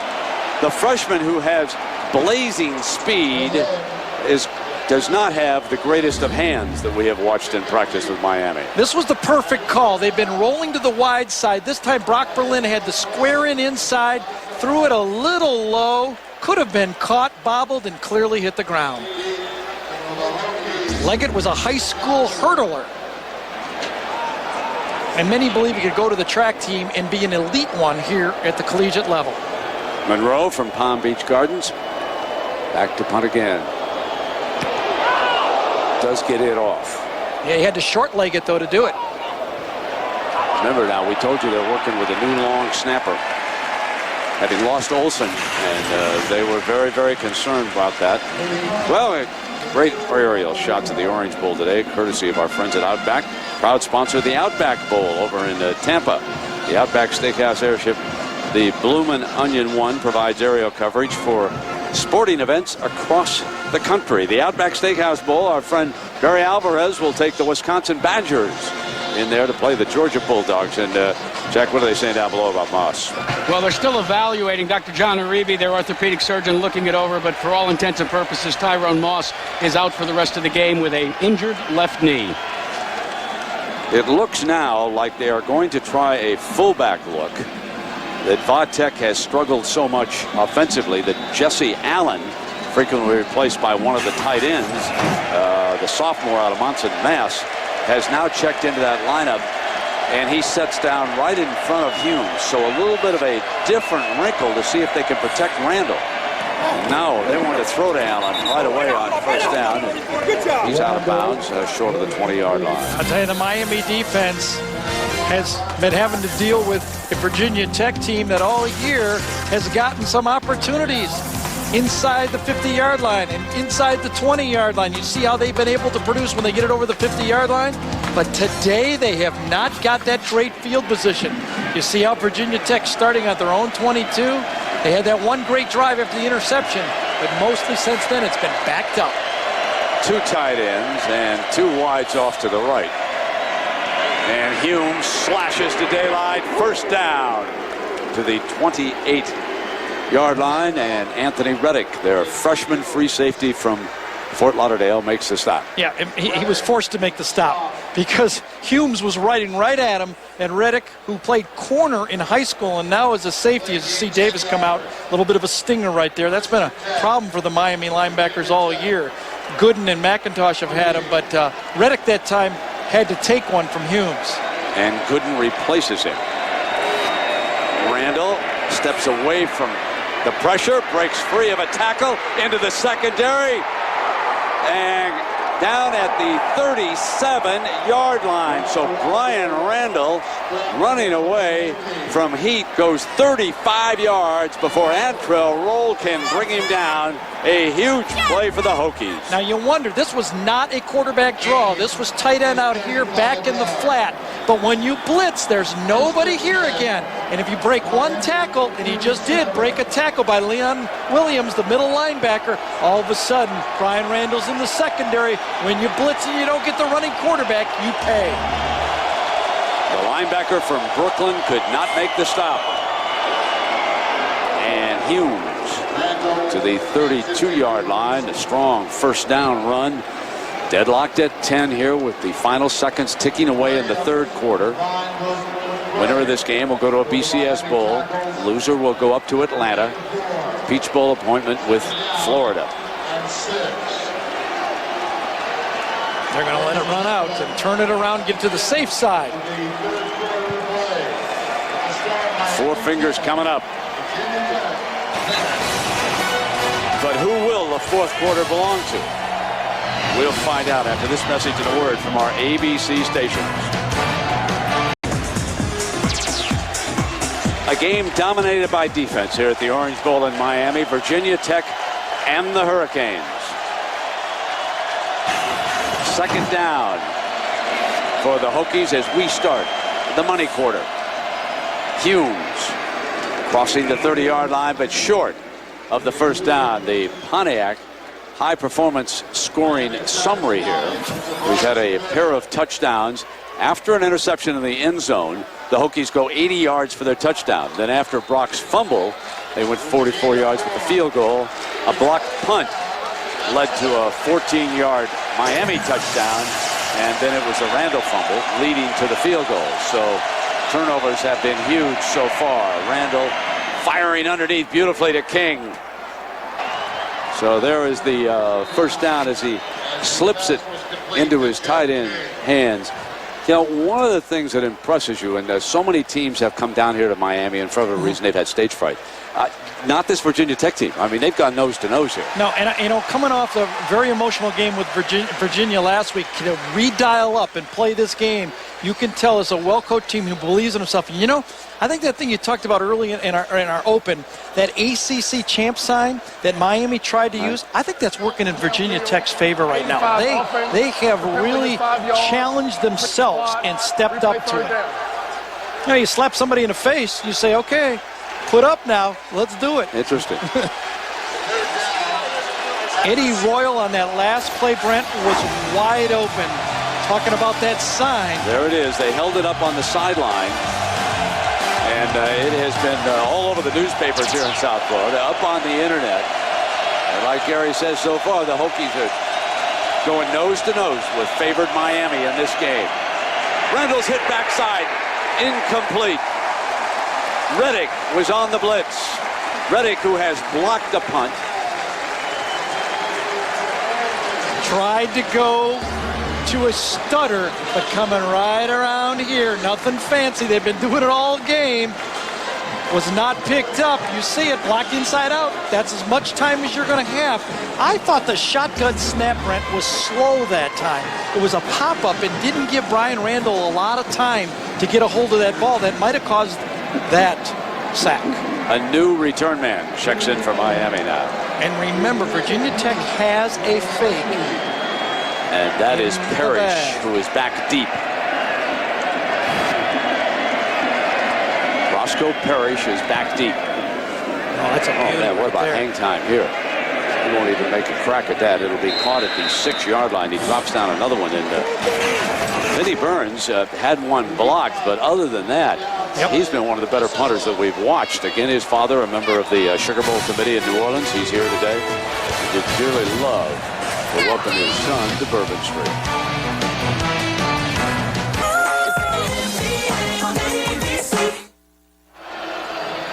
And there is Big Daddy getting ready to play Santa Claus on Christmas Day, and won't he enjoy meeting his former teammate Kobe Bryant will be coming down. What a warm gathering that'll be on Christmas Day. First down and 10 for Brock Berlin and the Canes. Everett, we noted during the commercial break, has taken his pads off. He's done for the game. Gore trips up to the 9-yard line. Looked like a shoulder being iced down on the sideline, and that means that Ortega will continue to be the tight end. There is Everett, and Gary, this could be a huge factor here. Yeah, you lose both of your playmaking tight ends. Keeps you out of a lot of two tight end formations. They have brought in another guy and moved. I think what they've done is moved one of their tackles and gave him a tight end number and moved him over. I think that's Sebald. Brandon Sebald. Yes, he now is yes. at 86. But he is a tackle. And he's lined up on the left side of the offense as Gore goes in behind him to the 11-yard line. And Frank Gore, you've got to admire his courage, Jack. Well, Brent, we've documented the fact that he's come back, battled back from 2 devastating knee injuries. But if you notice the number that he has on his jersey this year, not the same one. The number 3 harkens back to his high school days. He said, I had to get back to basics. I wanted to prove to myself that I was as good as I was in high school. So he said, you know what? I'm going to go back in time and return to my roots. Ergo, number 3 is in the backfield in 2004. Sebald left, and the coaches congratulated him for that lead block. And Gore slips the tackle, and not much blocking there as the Hokies blow that play up. Jim Davis, man, that's the senior from Highland Springs, Virginia, leads the way. We've had only 3 first downs this half as these two defenses have taken over completely, and now we will see if Monroe can punt out of his own end zone for Miami. And that's why I believe the quarterbacks have to make the play. These defenses are too good. You saw Brian Randall. He did it with his legs. Can Brock Berlin do it with his arms? Because the defenses are teeing off. The last punt was close to being blocked. This one he nails. Here's Royal at the 43-yard line. Got midfield. And crosses the 40. The freshman makes a powerful return. And a short field coming up here for the Hokies in the 4th quarter. A key moment in this football game right now. Well, that was so nice by Virginia Tech. The punt return was set up beautifully with a picket fence. Deadlocked at 10. And if you're a Hokie fan, is very promising here, Gary. First time they've got the ball and started a series in plus territory all the game. Last week against Virginia, they scored with it.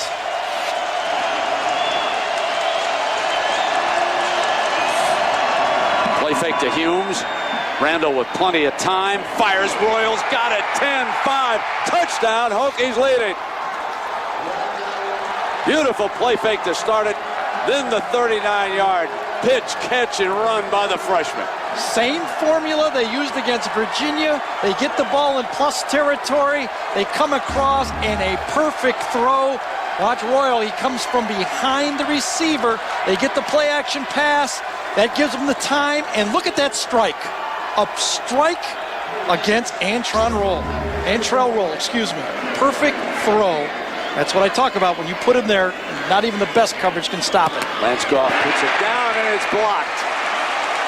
Brandon Pace's extra point is blocked, and Frank Beamer can't believe it as Orion Harris, the junior defensive tackle, blocks the extra point. And how big is that right now? With 11:29 to go, we're sitting on a 6 because of this block.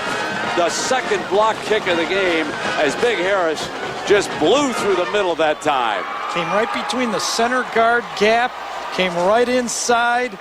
James Miller had him, but not enough. Well, I'll tell you, the special teams coach for Virginia Tech, he's really going to catch heck from the head coach. So wait a minute, same guy. Timeout. We're sitting on a 6. Missing and all new Lost. Wednesday, 8/7 Central, only on ABC. And there are pleasures of coming to school in South Florida, all right, as we welcome you back to the BCS Spotlight game presented by ADT. Canes down 6, about ready to receive the kickoff here. Develli. Wonder if they don't put Brock Berlin back in shotgun now. Low line drive. Big hop to number 4. Here he comes. Hester looking alley. Cutback penalty flag has been thrown. Could be a push in the back. Could be a push in the back about like the 26-yard line on this Hester return. Penalty markers are down.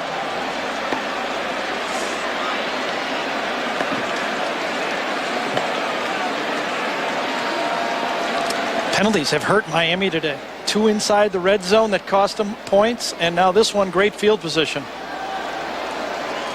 Well, coming up next, of course, we'll take you out to the Rose Bowl, and USC a win away from playing for the national championship against UCLA. Gary, we've heard Norm Chow's name. Let's see. Utah's head coaching job has opened up. Washington has opened up. Stanford, the offensive coordinator for Pete Carroll at USC, may finally get an opportunity, and a good one, to become a head coach. I think he's the highest salaried assistant coach in college football. Good for him. Norm Chow, years at BYU, said, I have to leave my beloved BYU to give it a real chance to be a head coach. Went over there to NC State with Phillip Rivers, and now, of course, at USC. He can wind up with 2 Heisman Trophy winning quarterbacks under him at USC. What a terrific job by Chow as the pass comes in underneath to Hill. And he battles on out to the 26-yard line on first down. That's what I thought would happen. Now you're going to see Brock Berlin, Steve Spurrier, he comes back after 2 years, and he says the same thing we've been saying for a long time. Brock Berlin, more comfortable in the shotgun.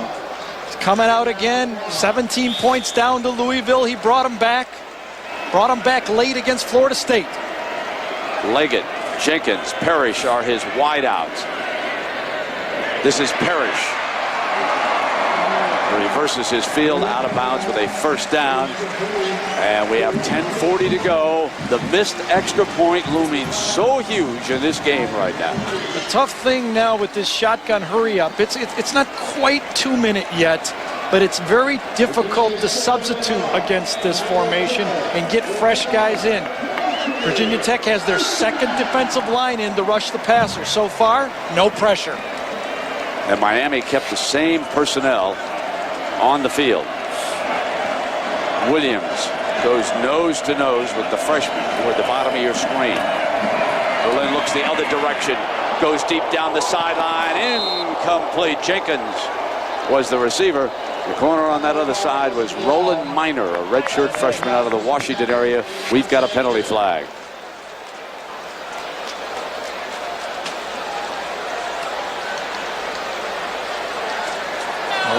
Miami again. It is brutal. That's a 7th penalty on them, and I think 5 of them have been majors. Offensive pass interference. Must have been inside on the tight end. Pass interference. Offense. Number 15. Yep. 15 yards. That's Ortega. First down. He is the tight end. Yep. And again, we go back to what we said, how important that is to this game with Kevin Everett being lost as the Miami tight end. Let's see if that's what happens right there. Number 15 coming off the line of scrimmage. Does he try? He's right there, right in the middle, right there. There's the play. Comes. Boy, that's weak. That is weak. They must have called the initial contact when he ran into him is what they... You're allowed to jam within 5 yards. So that's a weak call. That's a weak call right there. And as the result, it's going to be a first down and 25. First and 25 for the Canes. Lots of time left in this game. They're going man-to-man down here, and all the coverage is to the top. A gimmick defense for Bud Foster. Screen. Here's Gore. And Williams upends him at the 22, and Williams has played a sensational game on that corner.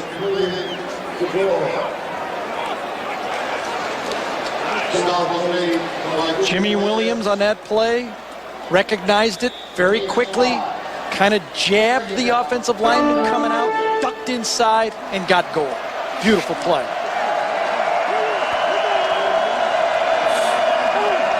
Berlin away from the pressure. The DB trips him up. Beautiful shoe top tackle by number 11, Xavier Adibi, a redshirt freshman from Hampton, Virginia, with a sensational upside. Adibi was huge in the Virginia game, but it was very simple football. Run right at you, mano a mano. A little different this game. He hasn't had as many snaps. Third down, it's still Leggett, Parrish, and now Moss. Centerus Moss is the third wideout. Berlin flushed out of the pocket and throws it away, and Miami is forced to punt. So the Va-Tech defense does another outstanding job. And I'll tell you why. Jimmy Williams is going to do it. Now watch. Man-to-man here, and then everybody else plays zone to this side. Watch this guy. He never even moves. They go man-to-man on one guy, and they play robber right in the middle of the field and say, you throw to Jimmy Williams, or if you throw to the wide side of the field, there's nothing there. Bud Foster has found something, and he's using it. Monroe gets it away. Big bounce to Royal. He'll pick it up. Takes a dip. Hester brings him down at the 19-yard line, inside the 20. Royal, with that great speed, thought he could outrun him, but he didn't reckon with the other number 4 as we check in with Jack Arute. Well, Brent, I thought it'd be interesting in this edition of Away from the Field to compare the two universities and how they affect the area that they're located. Blacksburg, Virginia, you can see 63.2% of the population are students. Here in the Miami area, the University of Miami, just 0.6%. That's 0.6%. A lot more to do in Miami, I guess, than Blacksburg. Yes, indeed. Partner, first down and 10. Ball inside the 20-yard line. Humes to the middle. Bolts free on first down. To the 49-yard line. Kelly Jennings stops him after a 29-yard burst. The Kane defense lets him out. Watch Will Montgomery, the big center, comes out and gets Leon Williams, gets up tight. You run up the middle, the center has to do the job, and we know what Will Montgomery did a week ago. He had the block to win the football game. He got 2 of them. He goes off on one, does a little spinner, and gets Brooks, and that was the winning touchdown by the center Montgomery. First down and 10. Here's Humes again, short of midfield. When you take a look at the numbers, offensive numbers right now, Virginia Tech with 270 yards, 100 yards more than Miami. It's 270 to 169. And now when you talk about penalties, 4 penalties against Virginia Tech for 20 yards, 8 against Miami for 75 yards. The Canes have been limited to 51 yards rushing, and a little frustration over there on the sideline as Humes has now hit him with 100 yards, and it is second down. Here comes Humes again. He could be just a touch tired. And that great rivalry underway. And John, what's going on with Army-Navy? Navy. And right now, lead Army 21-0. Brent. All right, John, and here it's 16-10. Hokies lead Miami. And Beamer ran all the way over to the linesman to call that timeout. Beamer saw what was happening. He saw the fact that David Clowney was confused running around on the field, and it was Beamer. This year the coaches can call timeouts on the sideline, and Frank did just that. I wish we could play in there. Well, what are you waiting for? Come on, let's play.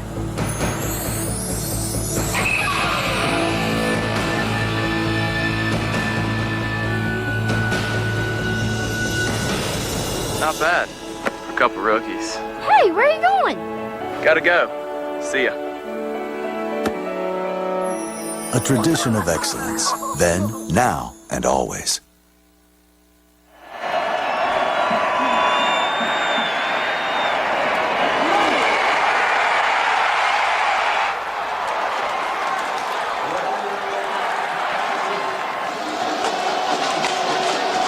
So we are back, and you took another look at what has put Virginia Tech ahead, that beautiful catch and run by the freshman Eddie Royal out of Herndon, Virginia.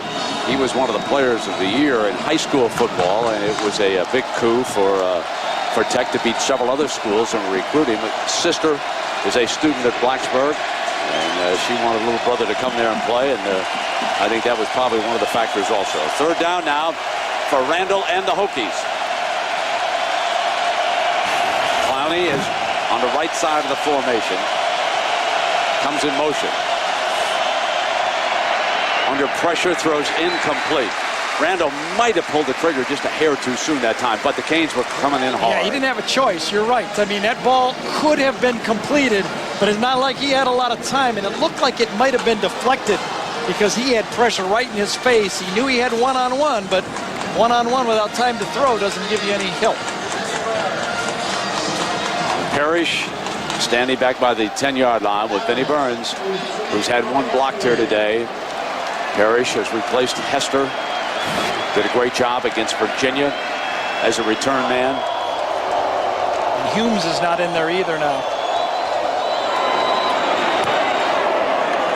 Line drive. Parrish has got it. Slips a tackle. Going to try to reverse the field. Now cut up.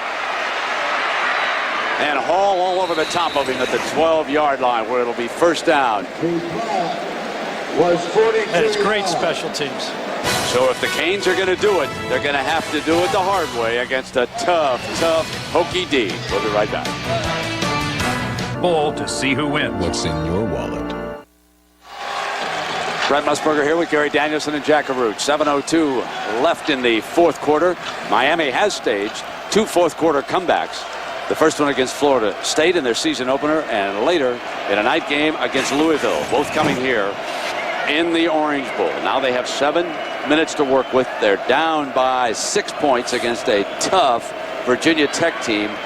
In underneath to Moore, who's back on the field, and he's short of the 20-yard line on that first down. So Ryan Moore, the sophomore for Orlando, up with the catch. And he's been on the bench for some time now. Miami, with the loss of the tight ends, are really forced into this formation now. The clock against them. Brock Berlin, this is his favorite formation. Haven't been able to run the ball at all against this defense. DB right here, he's coming. Throwing all the time to Ortega for the first down. The Canes are across the 25-yard line. The freshman Leggett has gone to the sideline for the time being. He was in on a lot of snaps, but now they've got more experience, more out there using Jenkins, Moss. He's also on the field. There you see Leggett, number 9. So it's first down and 10. Protection holds. Brock floats one, incomplete, dangerous. Jenkins was the intended receiver, and Roland Minor was on him. And now it is time for the Pacific Life game summary here. The touchdown catch by the tight end, one of 3 tight ends on the field on that play. Then Moss carrying the load. Carried it 5 straight times, picking up the Canes touchdown in this game. Then it was Royal, slipping roll, and into the end zone. And Orion Harris with one hand blocking the extra point. And that's where we stand right now at 16-10 and second down and 10 coming up for Berlin and the Canes. And a timeout, I believe, has been called here. They only have 10 men on the field. That's called why. by Miami. Yep, 10 men out there. They made a mistake, and they were forced to use a timeout. Too important of a play. Moss wasn't out there. And we check in down below with Jack. Well, Brent, we took care of the signature series, signature play for Miami. What about Virginia Tech? Well, they say you got to go all the way back to 1998. Remember Ricky Hall's catch in overtime? It was so important because they beat Miami 27-20 right here in the Orange Bowl. And victories for Tech in the Orange Bowl are hard to come by. Yeah, hard to come by anybody, I think. Coker himself has only lost a couple of games here in the Orange Bowl. Very difficult to throw the deep ball to the wide side of the field. Virginia Tech is rolling over the top of the receiver to the wide side. You're just going to have to go at Jimmy Williams. Put your best guy over there. It's man-to-man. You recruited all these great athletes. Go after them. Run a comeback on them. Run a slant on them. Run a post on them. You cannot throw to that wide side over and over again. Highlighting what Jack told you, 2-9 the Hokies are, but they've got a 6-point lead here with 6 minutes to go. A Second down and 10 right now for Berlin and the Canes. Jala is off to the right, number 80.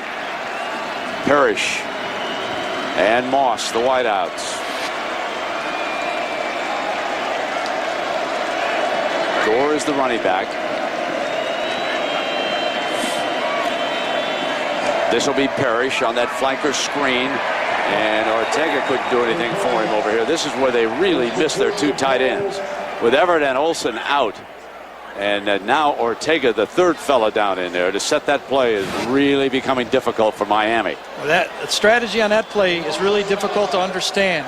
You throw the screen to the wide side right into the teeth of the defense for Virginia Tech. They've got 6 defensive backs to the wide receiver side. Jimmy Williams man-to-man on the bottom. Berlin steps away, deflected, incomplete. Stepped away from the pressure, but the forward pass was deflected, and Ellis in there defensively for the Hokies. Right now, Brian Randall should be telling his offense, we make 2 first downs, we can win this football game. Let's not force our defense back on the football game. You're looking at Ellis that got his hand on that one. But if we can win it ourselves, that offensive line. Now the Hokies need to avoid the mistake. 5.5 minutes, up by 6. Royal lets it go, and Johnson, the veteran, and he is down at the 39-yard line. We check in with John in New York. John?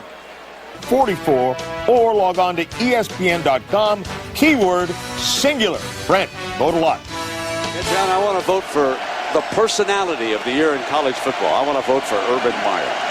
No one affected things the way the Utah coach did this year. Humes trips up to the 44-yard line, of course, time permitting.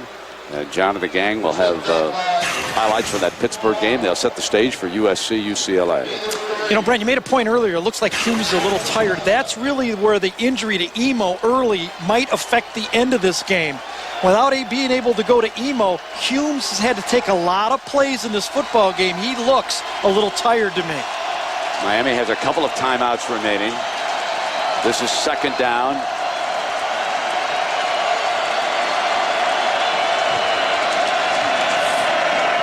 Here is Humes. Terrific run across midfield for a first down. Clock stops in the college game on that first down. A very, very powerful run that time by Humes, who's doing a sensational job. Yeah, these guys right here are now trying to make a statement. You see the 2 tight ends in there? Tight end pushes it out, and Humes just drags them forward and falls across.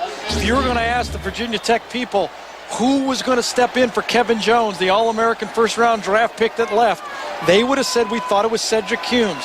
He got injured, but now he's healthy, and he's really looking like the load they expected him to be. Now here the comfort zone is the senior quarterback. He's been in these situations before, working on the clock, handing off to Humes, keeping it right in the middle now. And Beamer and his staff just bringing the seconds on down. And these beautiful views of Miami being provided by the Outback Steakhouse Airship. The Bloomin' Onion 1. That's Captain Mitch Johnson up there. He's at the controls today, high above the Miami area. You look around.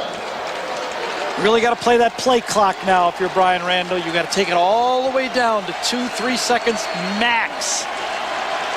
You want to bleed off every second you can.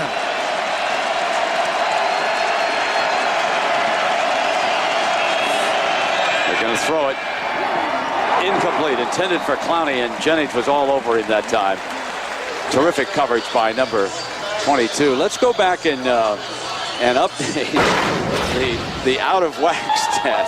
I mean, you know, we came in raving about Beamer ball, right? And that's such a big part of it, and yet Virginia Tech leads, so go figure. Brent, without the block punt and the extra point, this game is over. Virginia Tech has controlled the football game. Miami so far less than 200 yards in total offense. Third down has been brutal for both sides. So the team picked no higher than 6th in the ACC by the media is now closing in on a championship. Its first year in a conference, and there's a penalty marker thrown on that far side as we approach the 3-minute mark now. Boy, Brian Randall, it was no slide available. See, the Miami players, probably a wide receiver holding on the play downfield when that happens. But Brian Randall sold it out that time. 3 minutes to go in the season. He wasn't going to slide. Yeah, holding, usually a wide receiver. Oh, that was big because that takes another 2 minutes or 2 timeouts off. 10 yards from the spot of the foul. Still third down. Before this one heats up, let me thank the folks who have helped us all year long. The executive producer of ABC Sports, his mom lives down here in this area. Saw him. It's nice to have Mike Pearl with us. The senior producer up in New York of ABC Sports, Bob Toms. The coordinating producer working in the truck, Bobby Goodrich. Our director, Steve, the Trojan Vine. Nobody loves USC any better than Steve. Third down and 10. Randall brings the Hokies up to the line of scrimmage.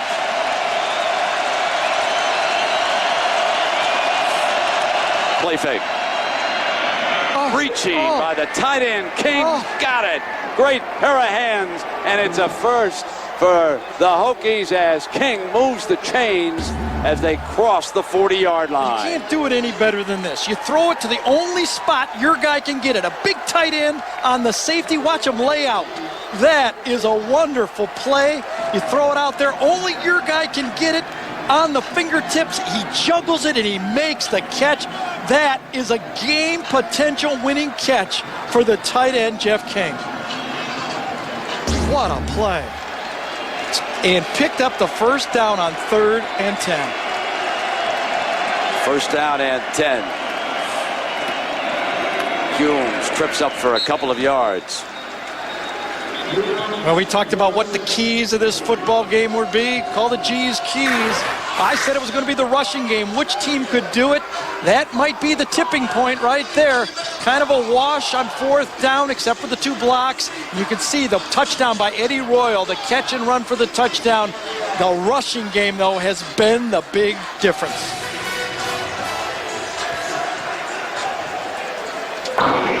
Well, Jack, the lunch pail going to change hands today, my friend? No, the lunch pail won't change hands, but there's something new that'll go in the lunch pail. You see, Darryl Tapp has had it since the beginning of the season, but inside the lunch pail on road games, the team will take some of the turf from key victories. You can guarantee that this is one of the key victories. Now, that you might be interested, how do they get these lunch pails? I was asking the coaching staff about it. They retire them each year. They're donated by fans that send them in. These are true working man's lunch pails. All right, Jack, and we asked Tapp about the famed lunch pail in Blacksburg.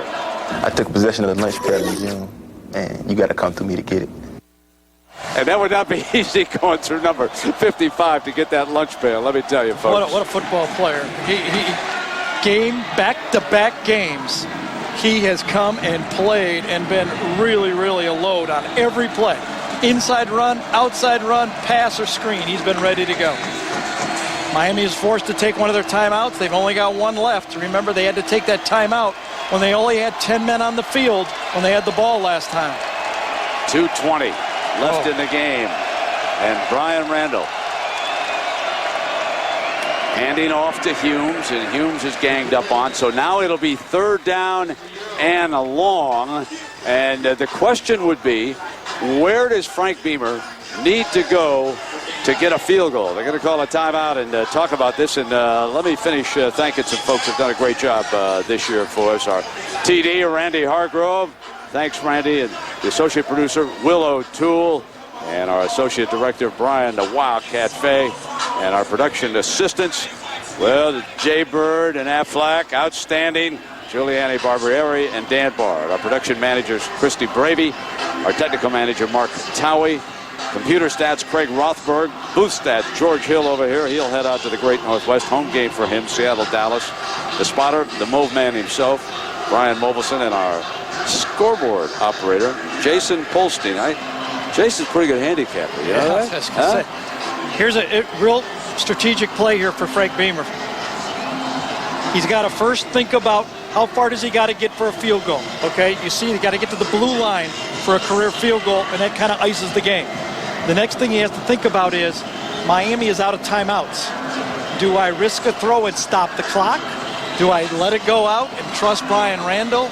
what goes through your mind here? I think he's probably going to go with quarterback draw. What do you think, my friend? You know, they really use the quarterback draw a lot against Virginia. Yeah. For some reason, they must feel that they've tried it against Miami. Well, they but it would be blitz an them. interesting Yep. call. You might pick up some yards, get close enough for the field goal. Randall, one of the game-turning runs Absolutely. was Randall's big run in this game. Just don't think they're going to throw it this time. They're going to put number 3 back in the gun. Humes right alongside him. They're going to hand to Humes, and they took a loss on the play. Negative yardage and a big play for Miami that time. Thomas Carroll, number 90, the big junior, and it's a 6-yard loss, Gary. Really, if you're not going to make the first down, Brent, they weren't in field goal range. I think it's no big deal if you lose yards or not. They were going to punt anyway. If you don't make the first down, the clock runs out. They were going to punt the ball. What about throwing it back to Big King? After the fact, I got all the plays. Yeah, I just think that the clock, right, they're going to let it run down. They're not even going to snap it here either. They're going to use all the clock and give Brock Berlin, who's done it before, the ball back one more time.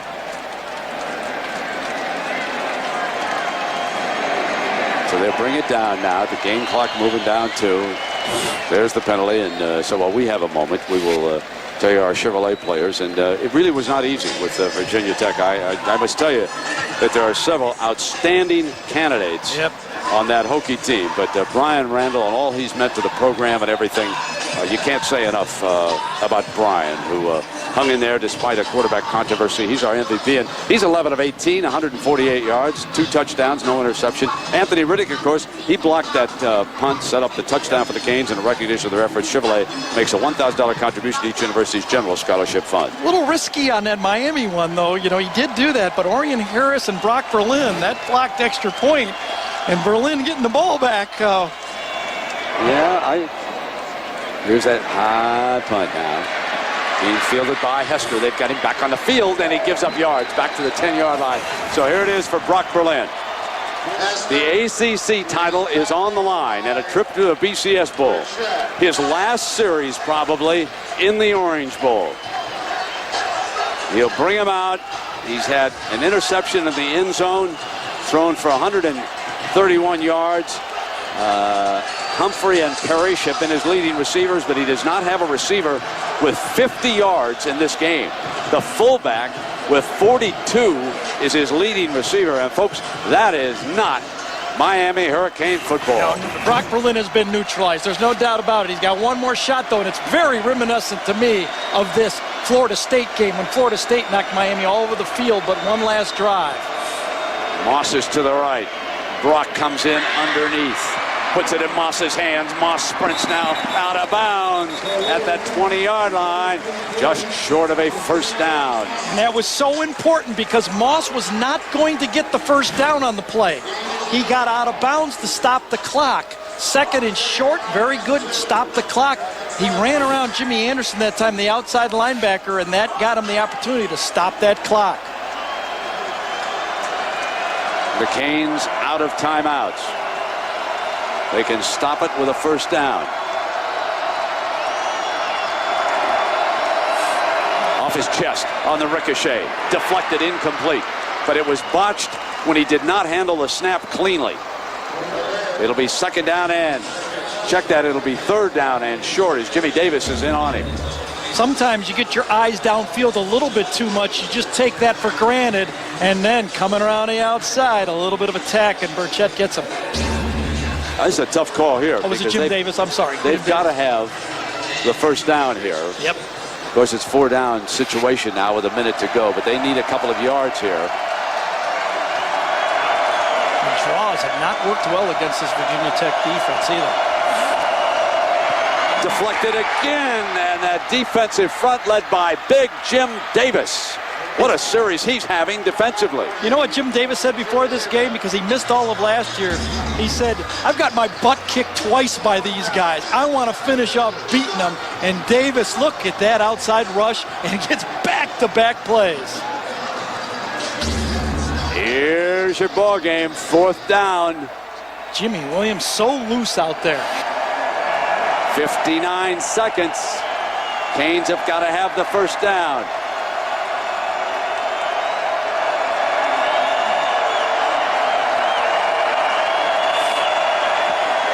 Deflected, incomplete. Wow. That'll do it. Virginia Tech, in its first year, is going to represent the ACC in the BCS Bowl. And in that time was Darryl Tapp, number 55, whose brother is serving this country, probably listening to the game on the internet over in Baghdad. Hold on, we got a penalty here. Hold on here. It's probably going to be celebration penalty. They'll take it. Yeah, they will. You know that's what that is. They'll take that in a heartbeat. Tapp off the corner that time. Got up in the air. He anticipated a short throw, and he timed it perfectly. After the play was over, we have an unsportsmanlike conduct, 76,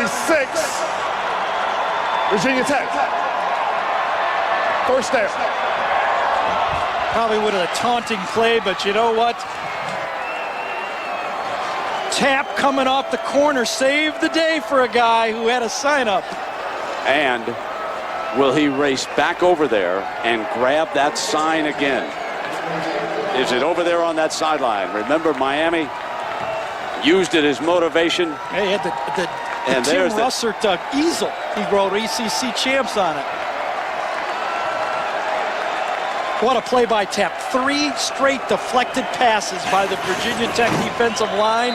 They won the football game for him. And Virginia Tech will head to New Orleans. And the Nokia Sugar Bowl, in all likelihood, everything becomes official tomorrow. Vinnie Burns' papa will be down inside that locker room. He's on the Sugar Bowl committee. And, of course, how about the fact that now Miami must get ready for Florida. That's right. They'll play Florida in the Peach Bowl in Atlanta. You got another rivalry game up there. They're in the Miami Hurricane Bowl game. And I'll let the celebration begin, folks. They're going back to Blacksburg as champions of the ACC. They came in here and took it away from favored Miami. There was no doubt about it. It was a terrific effort. It absolutely was. They dominated the ball game and they shut out Brock Berlin. That was it. And there's Griffin. And let's check in with Jack and Coach. Well, Coach, congratulations. ACC champions. Wow. You know, it says a lot about our players, our coaches. You know, several times today when things didn't look good, they had the ball inside our 33 times on a block kick, a couple fumbles. Have you ever won a game where you've had Beamer ball turned on you the way they did? They did. You know, they got great players. So, and I'm going to tell you, this is a really well-coached football team, this Miami team. So we're pleased to come out here with a win. Defense was great. Offense was effective. Special teams were good with a couple of miscues. Can you guys get any better by the time you get to the Sugar Bowl? Well, I think so. You know, we're a real young football team, and we got some time to practice, and I see this football team getting a little bit better all the time. Thanks, Coach. Thank you, guys. All right, Jack, and congratulations to Frank Beamer and his staff. Bud Foster, the defensive coordinator. Brian Steinspring, the offensive coordinator. That's going to wrap it up for us. The Hokies have won the ACC, and we send you to John and the gang in New York. John, there's upset number 1 for you, my friend.